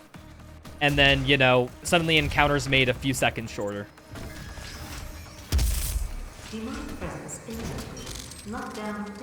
Alright, we're approaching the end of Laz 1 here. Laz is actually divided into 2 levels because it's too big, so I guess they had level issues, so it's now 2 levels instead of 1. Well, it's actually still 1 level in the game, but it's 2 separate map empties that have to load with a loading screen. So after we get a bit of free ammo there, we move on to Laz 2.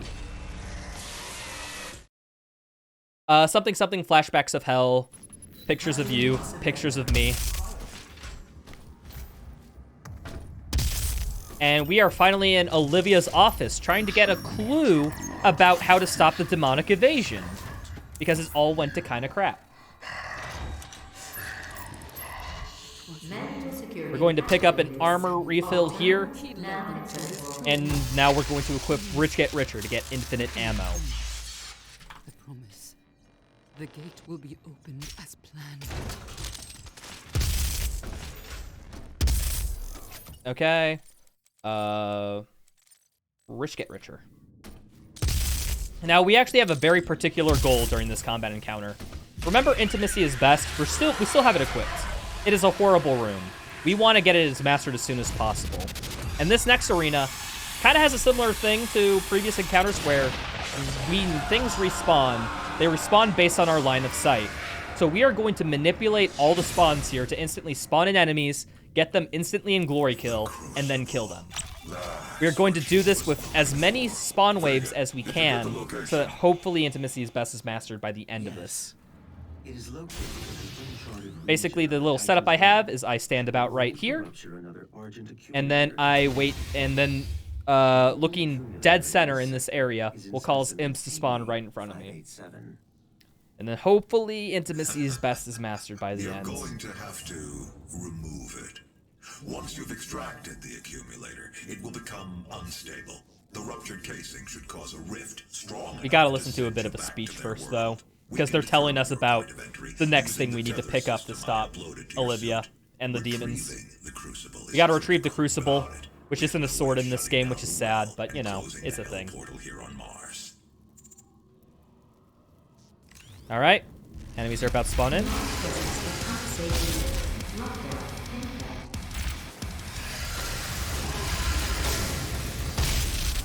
Okay.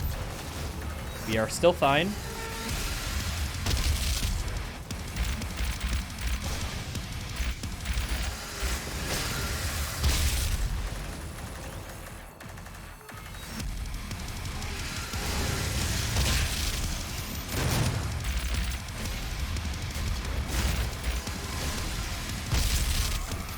Okay, we're still doing good here. We still need about 10 more. Okay. We got a odd spawn there.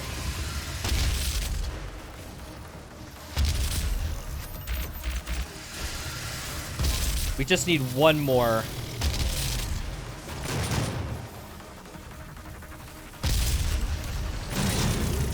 And we have Intimacy is Best Mastered. That is awesome. That is great timing. We're going to re-equip Ammo Boost because Ammo Boost is so good.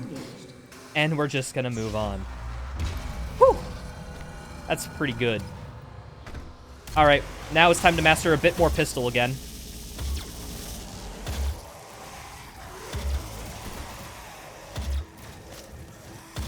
He has his shield open during Glory Kill. That is rare.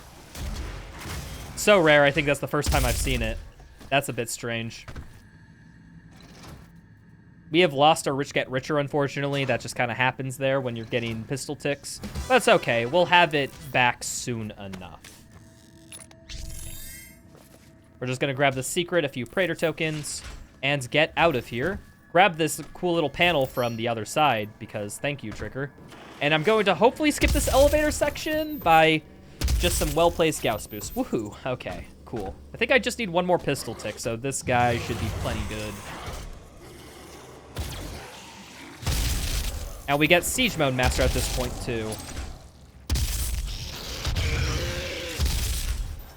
And just completely ignore that Pinky, because it's slow to kill it. Well, actually, I did kind of kill it on the way out. I did give it a quick little Siege Mode. That Pinky does provide some precious combat rating, which we will need. Laz is a little tight on combat rating. All right, I have plenty of BFG here. So what I'm going to do is fire this to kill a lot of enemies. And then trigger this Rune Trial. Because there's a BFG pickup in here, so we might as well get some free combat rating.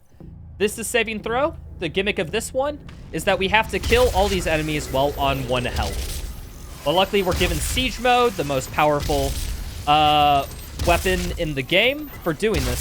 So at least it's all right. Okay.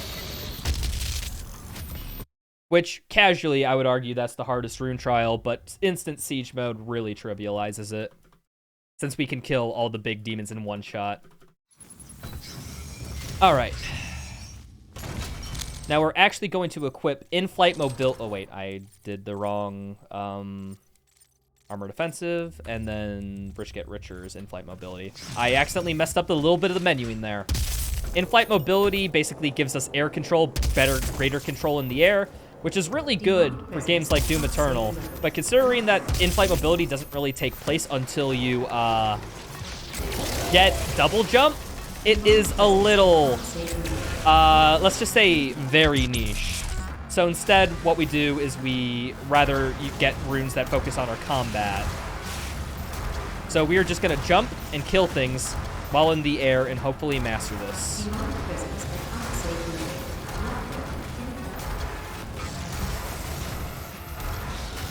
And it's mastered at this point. Let's get back Rich Get Richer.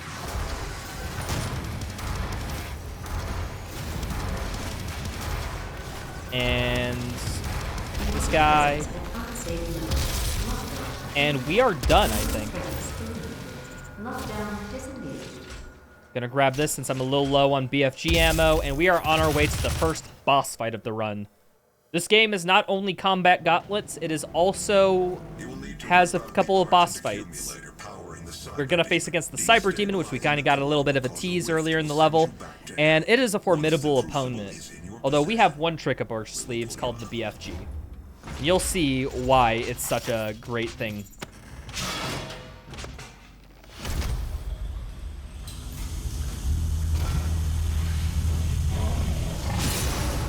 Hi there, little Cyber Demon.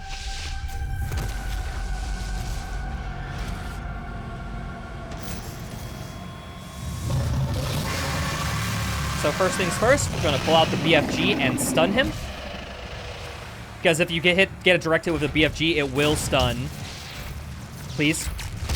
There was a little bit delay with a fire, which was strange.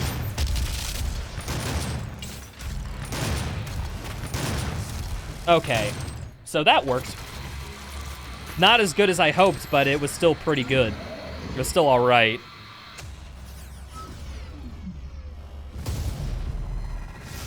Ha. Now that we destroyed the Cyber Demon, we've ruptured an accumulator and got sent back to Hell so that we can pick up the Crucible. But wait, he's not actually dead. No way.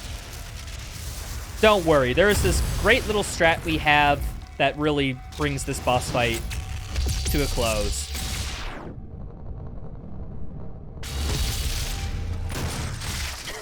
And that's it. That's the whole boss. Yeah, these fights kinda... Let's just say boss fights in this run are very trivial. The BFG is a bit overpowered, I will say. A quick summary of what exactly that BFG trick is. That BFG does damage per frame that the game is moving. So what we do is we slow time to 0 with the weapon wheel. Frames are still going by. The frame rate's still ticking, so the BFG is still doing damage. And so that's exactly what's happening there. So our next mastery we have working on is mobile turret. Mobile turret is we need to kill 5 different things without 4 different enemies without overheating 5 times. I have a few little extra BFGs, so I'm just going to fire that to not deal with any of those enemies by shooting them, because that's a drag to deal with.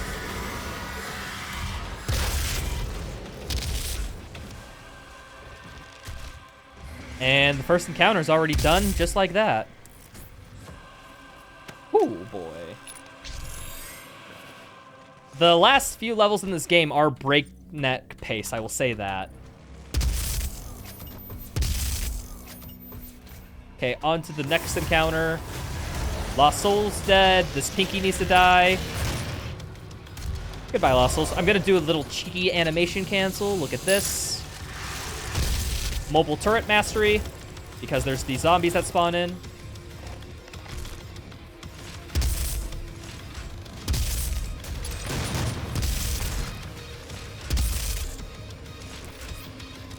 And we are gonna get charged burst here for the combat shotgun. Charge burst, we need to kill Mancubi with the charge burst in order to master it. And there's a lot of Mancubi in this level, which is why we do it.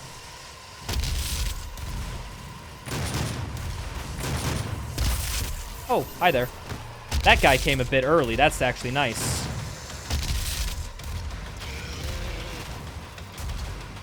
And this combat encounter actually went remarkably well. I haven't had that encounter go that well in a long time. Boop, boop, boop. Okay, we're gonna pick up a haste because we didn't use that in this encounter and bring it all the way to the next encounter. Then we're gonna pick up a quad damage in this encounter, and now we do 4 times the damage while also firing about twice as fast. You can imagine how this arena's gonna go.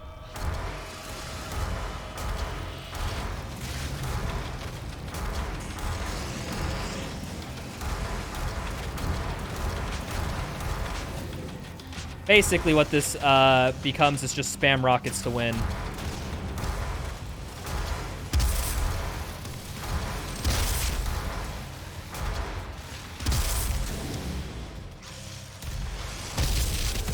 A Baron, we have to glory kill this from above for a level challenge. Just do a nice little Gauss boost on there. And there is one fodder that's just like hanging out over there. All right. So we're going to upgrade Charge Burst, and then we are going to equip Saving Throw and Equipment Power, because we are going to master Saving Throw. The mastery for Saving Throw is what we need to do is trigger it, which is basically, it's like a get out of jail free card if you die. And then we need to fire the BFG. Hopefully getting everything. Unfortunately, hold on one second, people. I accidentally hit my end split key, so I just need to fix that real quick. And I accidentally did something I shouldn't have. You're supposed to fire the BFG and then the rocket. I slightly messed up there. Excuse me. But it's okay. We just reload checkpoint. We can instantly do that. If you make that mistake in Ultra Nightmare, oh boy, does it kind of suck. Because then you have to master saving throw, and it only gets refreshed after you complete a level or if you die. You're not allowed to die in Ultra Nightmare. I'm going to master equipment power by just sitting in a corner and spamming the equipment key while charging the pistol. It is that easy to master equipment power. Because you hit the equipment button to trigger hologram, but you can't because you're charging the pistol, but it still counts it for the mastery. It's kind of cool. All right, I'm going to very quickly de-equip this and equip Rich Get Richer, because we are going to master Rich Get Richer with our little friend, the Siphon Grenade. Now, Rich Get Richer is, will get mastered basically, we get a mastery for Rich Get Richer whenever we fill our armor up to max. And with Equipment Fiend, the Siphon Grenade restores armor. So we are just going to restore armor very quickly. But first, we grab this invulnerability. These guys can't hurt us, and we are just going to get Power Shot mastery off that.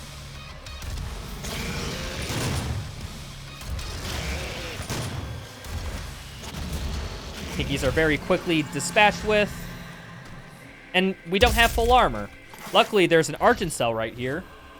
We can upgrade our armor to get it full. And now we have a very quick farming strategy for getting Rich Get Richer mastered very quickly. Don't mind me, can't find my movement keys. We're going to stand in this toxic sludge pile, get damage over time, then siphon some health from these enemies to refill our armor as it's getting taken away. And just like that, that's how you master Rich Get Richer, which, speaking of which, I am going to de-equip equipment power and get us back to ammo boost, because ammo boost is really good.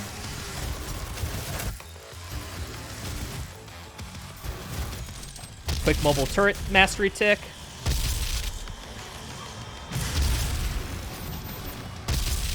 There should be another rev somewhere. Oh, that rev didn't die. That's rare. Another tick on a Mancubus. Okay. Got trapped down there, which is very rare. Okay.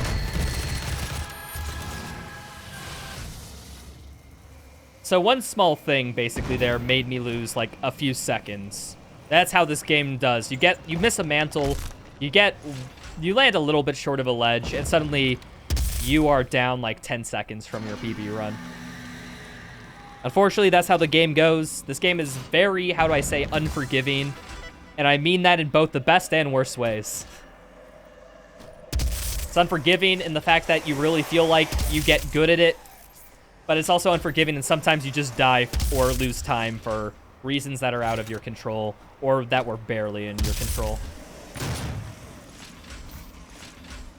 Okay, well, now that we got that secret and the Mega Health, again, it's very important to grab Mega Health because each time we grab a Mega Health, we get 200 mastery on Armor Defensive, that rune that we need to master by the end of the game. And it's very important that we master it because it's 100%. We have to master everything. So we're passing through this totally not combat arena.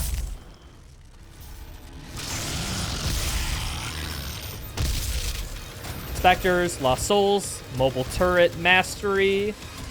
Imps spawn up here, deal with them. A Caco is due to spawn.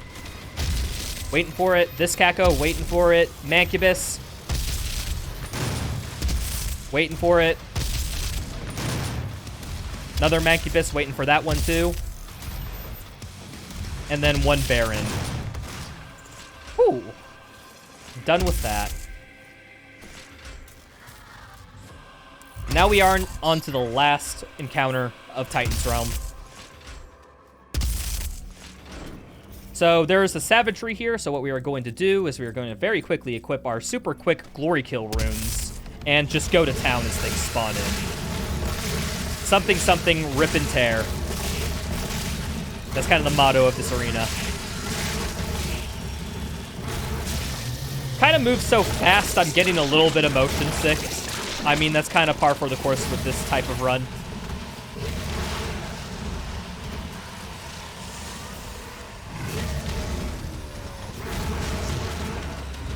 And we are just one glory kill short of getting Seek and Destroy done. That should be fine.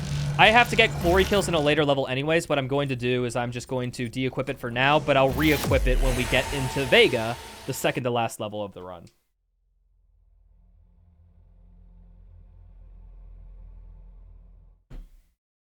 Now we are going into Necropolis. Not the third to last level. We only have 3 levels left after this.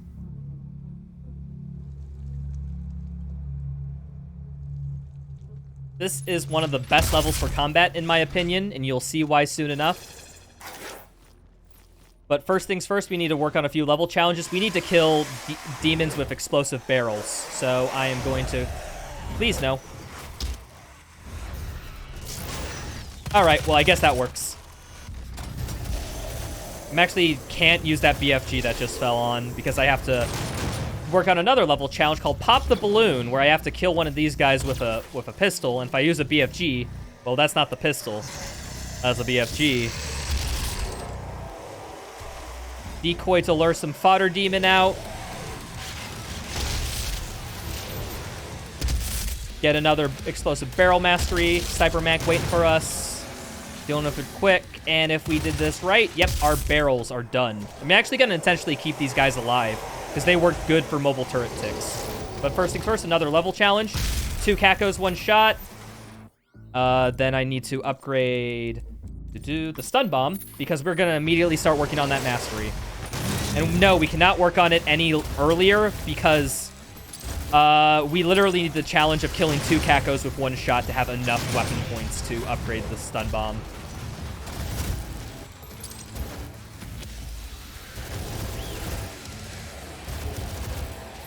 Okay, where is this? Oh, wait, I mastered the mobile turret. I didn't see that little pop-up. Normally, I master it a second later, but it's okay.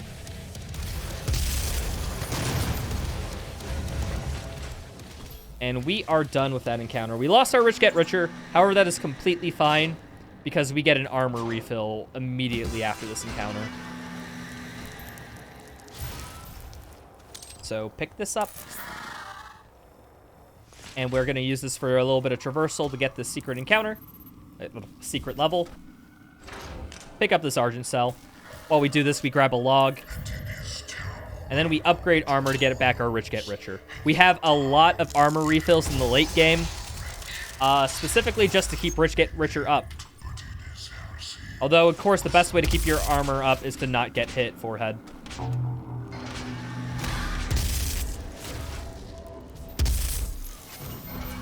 So we have finished one side of these encounters. Now we got to finish the other side. And now here comes actually a really good encounter, in my opinion. Got these 2 Mancubuses. Caco. Oh, and I forgot to mention, the mastery for stun bomb is just killing things that are stunned. So pretty easy to do. So I'm just going to be stun bombing things before I kill them. Basically to keep that mastered. Or to start working on the mastery. You have to do that like 30 times. So now we get the quad damage. Gonna wait for this guy to spawn in for my Q. 4 revs. 2 Cybermax. And 2 max. And that's the end of that encounter. Kind of memorizing the spawns with quad damage plus instant siege mode is a little broken. I give you that. But that's not the best part, because now we are on to, quite possibly, Runner's favorite encounter in this whole game. This encounter is super good. I love it to death. So what we have to do is we have to trigger these 2 switches, wait for the encounter to spawn. Get a moment to breathe before you have to execute. So 2 fodder, 1 more fodder. A Pinky that we are just going to precisely hit. Another Pinky. Boost over to this area. Kill 2 Spectres. 1 Rev. one Hell Knight, wait for this rev, and then 2 Barons will spawn in, and we have a BFG waiting for them, and they're dead. That's that encounter. Casually, one of the tougher encounters in the game. Again, kind of made trivial if you know where everything spawns. Alright. Gonna charge up a siege mode, and... ah, dang, didn't get a 3-for-1.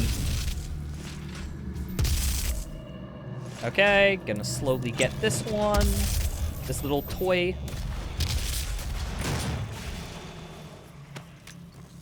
And we are already on to the last, well, the last couple of combat encounters in the level.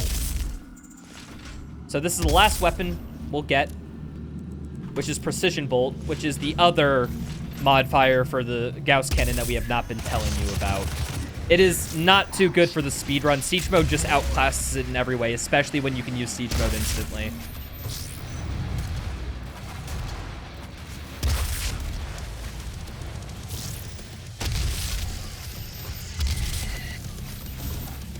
Okay. I really don't like that Razor, who just, like, took cheap shots on me.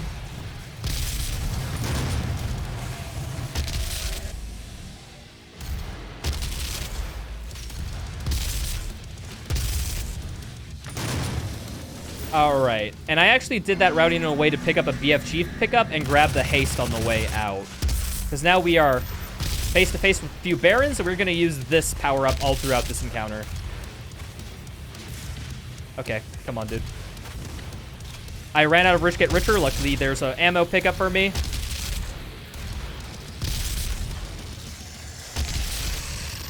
And we are done. Oh. Now, you may notice that my split title is named Shoot the Icon, because I shot the icon before that last little encounter. That basically spawns in the last, one of the last toy secrets. And then we do one BFG to finish off this encounter. And I got no lucky BFG pickup. That's sad. Okay, so it looks like we're going to have to do a different strat for this boss fight coming up, the Hellguards.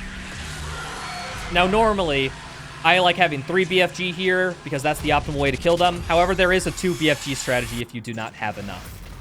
Basically, what I gotta do is try to go for the 1 cycle on this Hellguard. So I'm gonna BFG it, and then while it's stunned, hopefully kill it while it's stunned. If I do optimal alpha rotations between the Siege mode, Super Shotgun, and Rocket, I should kill it in 1 cycle. However, it's very difficult because it's a very tight timing window. Let's just see if I get it.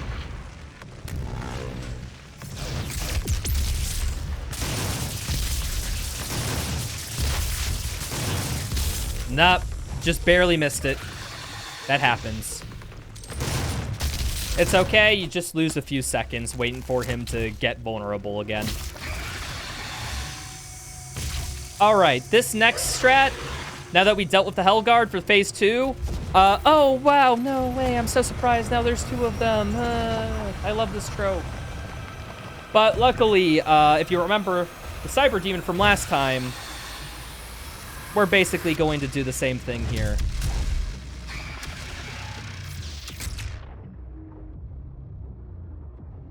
Now we wait a second. 3, 2, 1.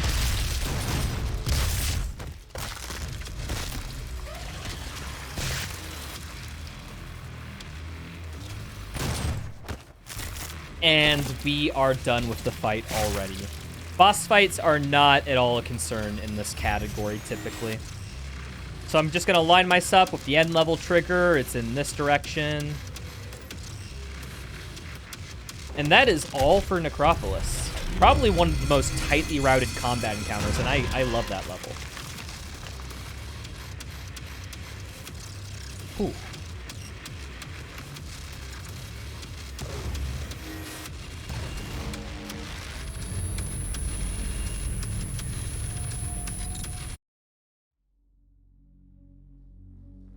And sub 9 minutes. Sub 9 minutes is a pretty good time for Necropolis.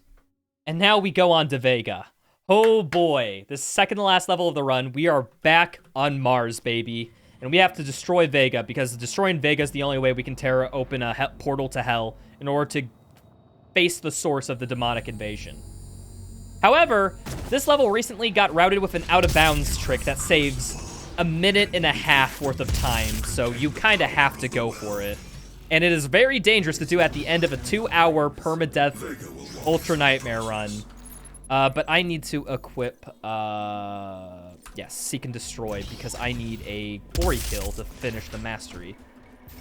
That's a lot of the things. If you gotta keep it in your mind where your weapon progression and where your progression is at, because you don't want to go to the final boss without having all the progression done, or else you just lose.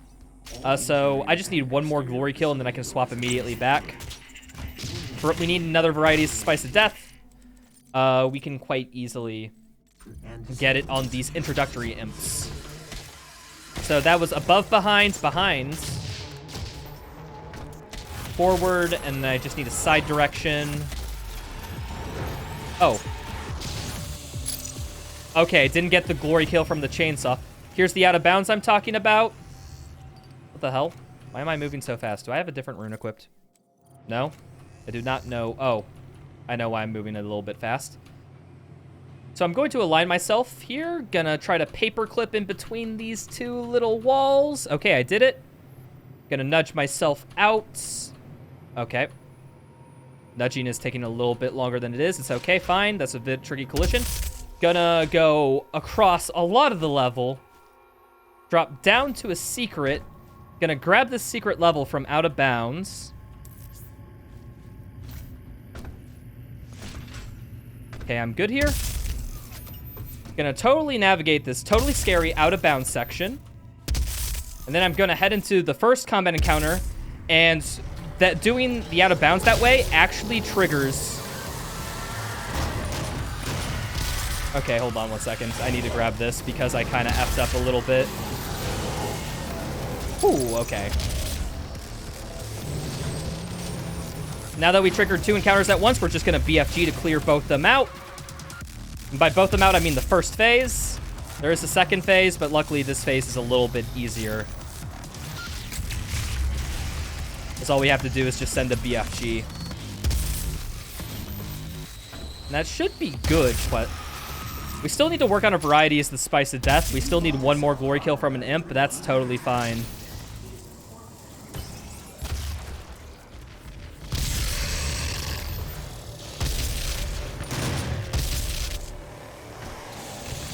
All right, now the next level challenge we have to work on is called Gore Pinata, where we have to kill 3 demons with 1 grenade throw. And this challenge has ruined so many runs for me in Ultra Nightmare. Basically, we have to, we're going to stun bomb, grenade, and we got it. Thank goodness. We got lucky. That can normally just end a run. All right, now we move here. And we hopefully get through the door. No, we don't. Sad. Kill Rev as it's spawning in. I'm going to show you the lever to the secret encounter here. We normally have to pull that and then go backwards into the level to get the secret level. But instead, since we grabbed it from out of bounds, we don't have to do any of that. We skipped, like I said, about a minute to a minute and a half of this level by just doing that small little out of bounds. Not to mention, we speed up the encounters by triggering 2 of them at once. All right, we're at the filter encounter. This encounter has a gimmick to where we have to destroy filters during it. So what we are going to do is destroy all of them nearly immediately. So 1 right there, 1 right there. Fire a BFG. Fire a BFG. And we've just destroyed all the filters. Now we're in the final wave of the spawn. While this is happening, while they're all spawning in, I'm going to grab BFG. That was a rail boost. Rail boost you can sometimes unintentionally do. And we have enough combat rating here to move on. And we just skipped, basically finish off the last few enemies because we can just jump over the orange barrier preventing us. All right, I still need a variety as the Spice of Death. Luckily, there's plenty of imps. This is the last encounter. Probably the biggest combat encounter in the game, actually, the train. They give you so much BFG during this encounter because they know you need to use it, because they spawn in so much. So we BFG right there to kill all those enemies. I missed the haste power-up. It's okay. I can do that. Grab that real quick. A few cacos. Gonna destroy these guys just for safety to get a lot of combat rating.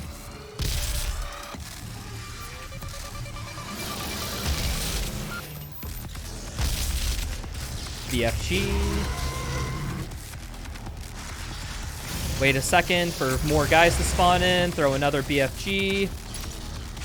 Now there's usually an imp waiting here. I need an imp. Okay, and now on a surviving imp, just chainsaw, variety, spice of death is completed.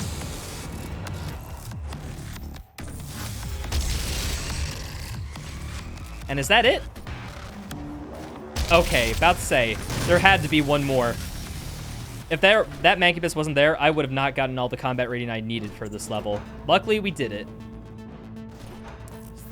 Alright, and this level is definitely not over yet. There's one trick we still need to do called Vegan Boost.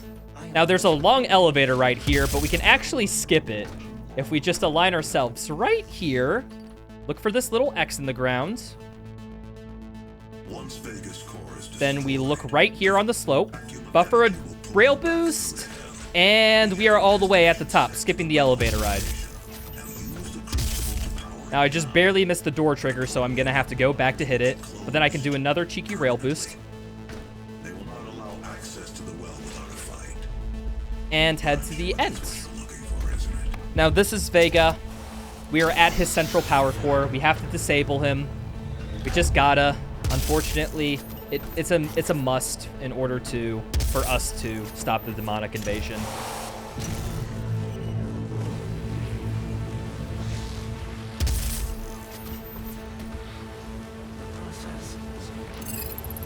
Thank you, Vega. Don't mind me, I'm just gonna tear up a little. Goodbye, Vega.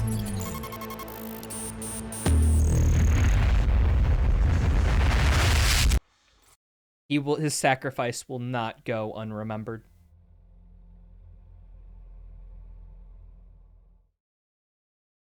And just like that, we are at the last level. Argent Dinner. The heart of the demonic corruption. We need to take it down so that everything can go hunky-dory for the surface. And we also need to do a lot of masteries during this level, too. I'm going to upgrade everything I literally haven't upgraded before. And we have to work on a lot of masteries. The first one, and the most important one, is Precision Bolt. We have to kill Hell Knights by headshotting them. So every time I see an Hell Knight mid-encounter, I'm basically going to go for the headshot in order to, you know, speed this up. Okay, get the Precision Bolt. Hi there, dude. Okay. Hold on. I gotta stun this guy because they are dangerous if... How do I put it? It's not consistent to headshot them if they're flying about like a monkey, you know? Do this. Now we're gonna BFG. Now we BFG, actually, delaying there is super important because there's a summoner. And we want that summoner to spawn in as much stuff as possible because that's extra combat rating. This level is a little bit tight on combat rating too. So we gotta keep that in mind.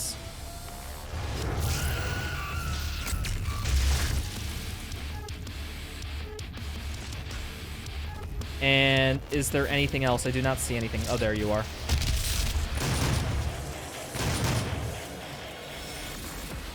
And I think we are good. That's a pretty good first encounter. That was over pretty quickly. Now, I may have lost Get Richer, but that's fine. I'm going to get it back before I get to the first combat encounter. Oh, I went too fast there.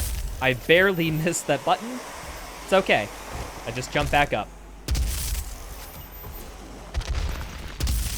Now, very quickly, we're going to master 2 weapons. We're going to master micro missiles, and we're going to master Gatling gun. So we just need to stick 4 different enemies with micro missiles, and then we just need to kill 5 enemies within a short period of time for the Gatling rotator. Whew. Okay, now that we mastered 2 weapons right off the bat, we have a leap of faith here. And you don't know how close I was to avoiding death throughout that whole encounter. Because there are death planes everywhere in the air there. Now we are on the final few combat encounters of the game. This is one of the last big 3 fights. This is the first Wraith. What we want to do is we want to grab as much BFG as we can and spam it down the side of the arena, killing everything. Wait for everything to spawn in, fire another BFG.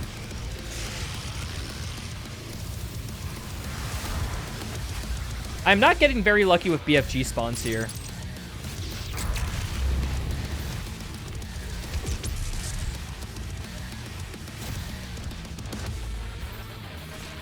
Oh, there you are.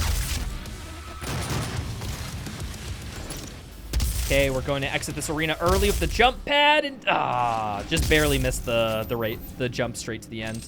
It's okay. That's only a couple second time loss. We just take the stairs. It's more healthy to take the stairs.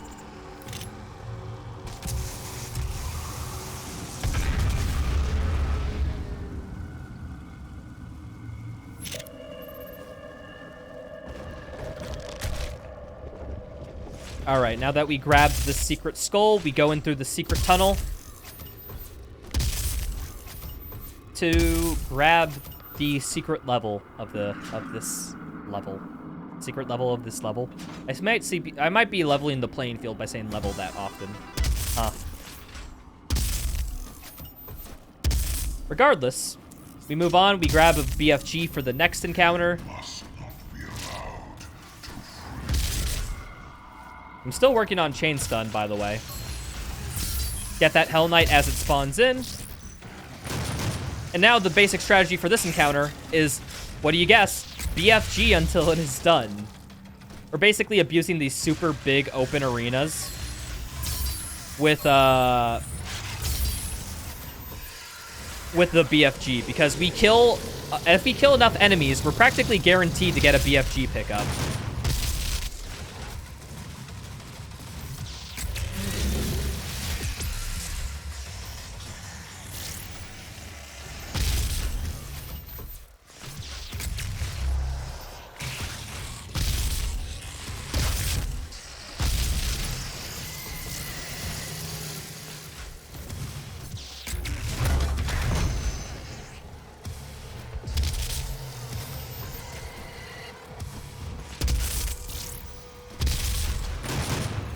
Now, I'm fortunately out of BFG, but that's fine because that's nearly the end of this encounter anyhow. Oh, but that guy gave me a BFG for free. That's nice.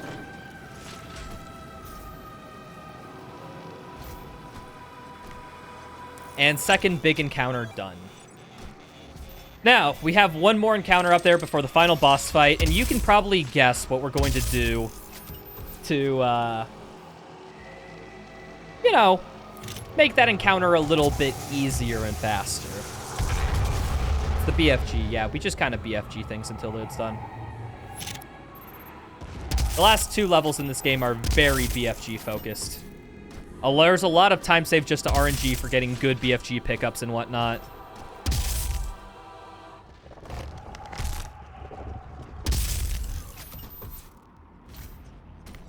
Okay.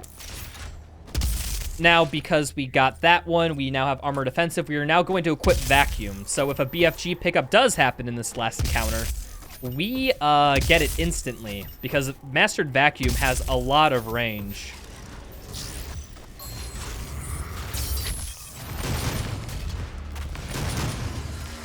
Okay, we mastered Precision Bolt. What else do we have to master? Just Stun Bomb. Cool.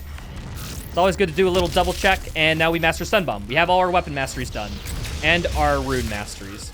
Now we just need to sit in this corner, BFG a few times, and hopefully the encounter shall be over. Unfortunately, sometimes this encounter does not play nice.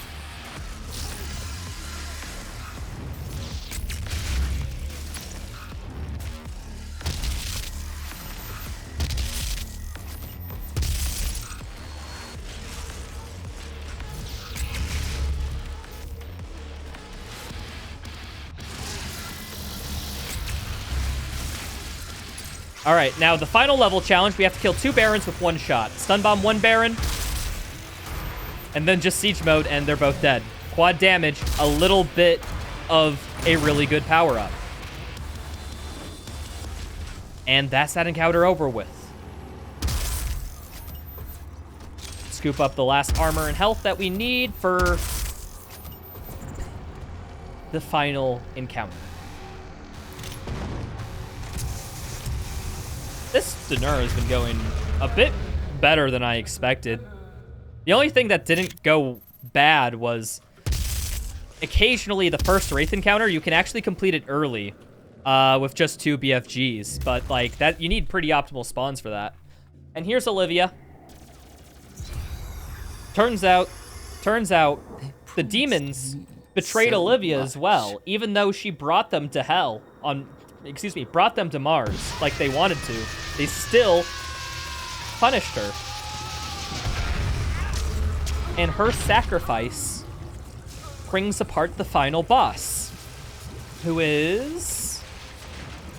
Anyone's played Doom, the original, they know what's coming. The Spider Mastermind. They're strange, because it doesn't have 8 legs, so that technically means it's not a spider.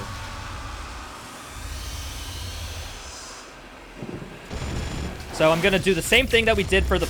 Oh my goodness. Olivia has the dodges.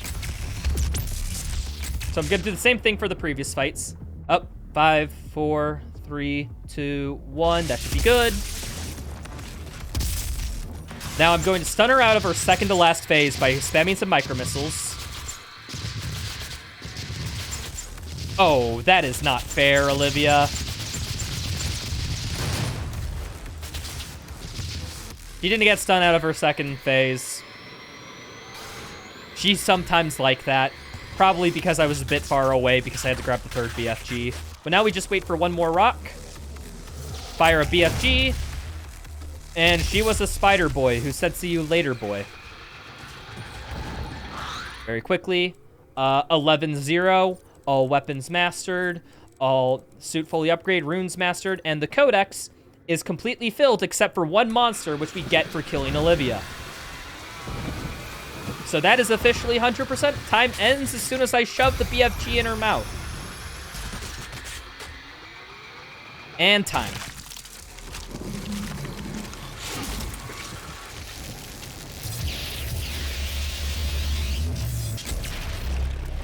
And that is Doom 2016. All completed on Nightmare difficulty, 100% completion. And I hope you learned something that probably you'll never need to use, but nonetheless, if you find it entertaining, hopefully you did. We get the last little bit of story, which is Samuel Hayden actually betrays us because he wants to use the Crucible for energy and not, even though he's working with hell energy with the Crucible, he's like, no, I need it for humanity. What a good guy. But you need to understand something. He's not the villain of the story. The only way is to kill them all. Leave nothing behind. And you may be right. I'll let the cutscene play out, and then we'll call it good. Without Argent energy, it will be worse. I will say this is a Nightmare PB for me. I haven't completed a Nightmare run for a while for this. I typically run Ultra Nightmare. Not the villain in this story. Even with all those mistakes, this is still a Nightmare PB. For people wondering, I'm about world record pace on Ultra Nightmare. World record is currently a 2:10. My PB is a 2:11. And of course, on Nightmare, you lose 4 minutes because of the introduction. So if this was UN, this would be about 2:13 pace, which isn't bad. But then again, there's also a lot of deaths there, so you know, as it happens. And considering how much bad went, this was kind of like a worst case scenario run, which I think will give me a quite accurate estimate for time if I submit this to a marathon. This run coming soon to MDSR, GDQ, or whatever, I don't know. Depends on if the people accept my run. Regardless, thank you people for watching. I appreciate you. slam that like and subscribe button, and I'll catch you later. And that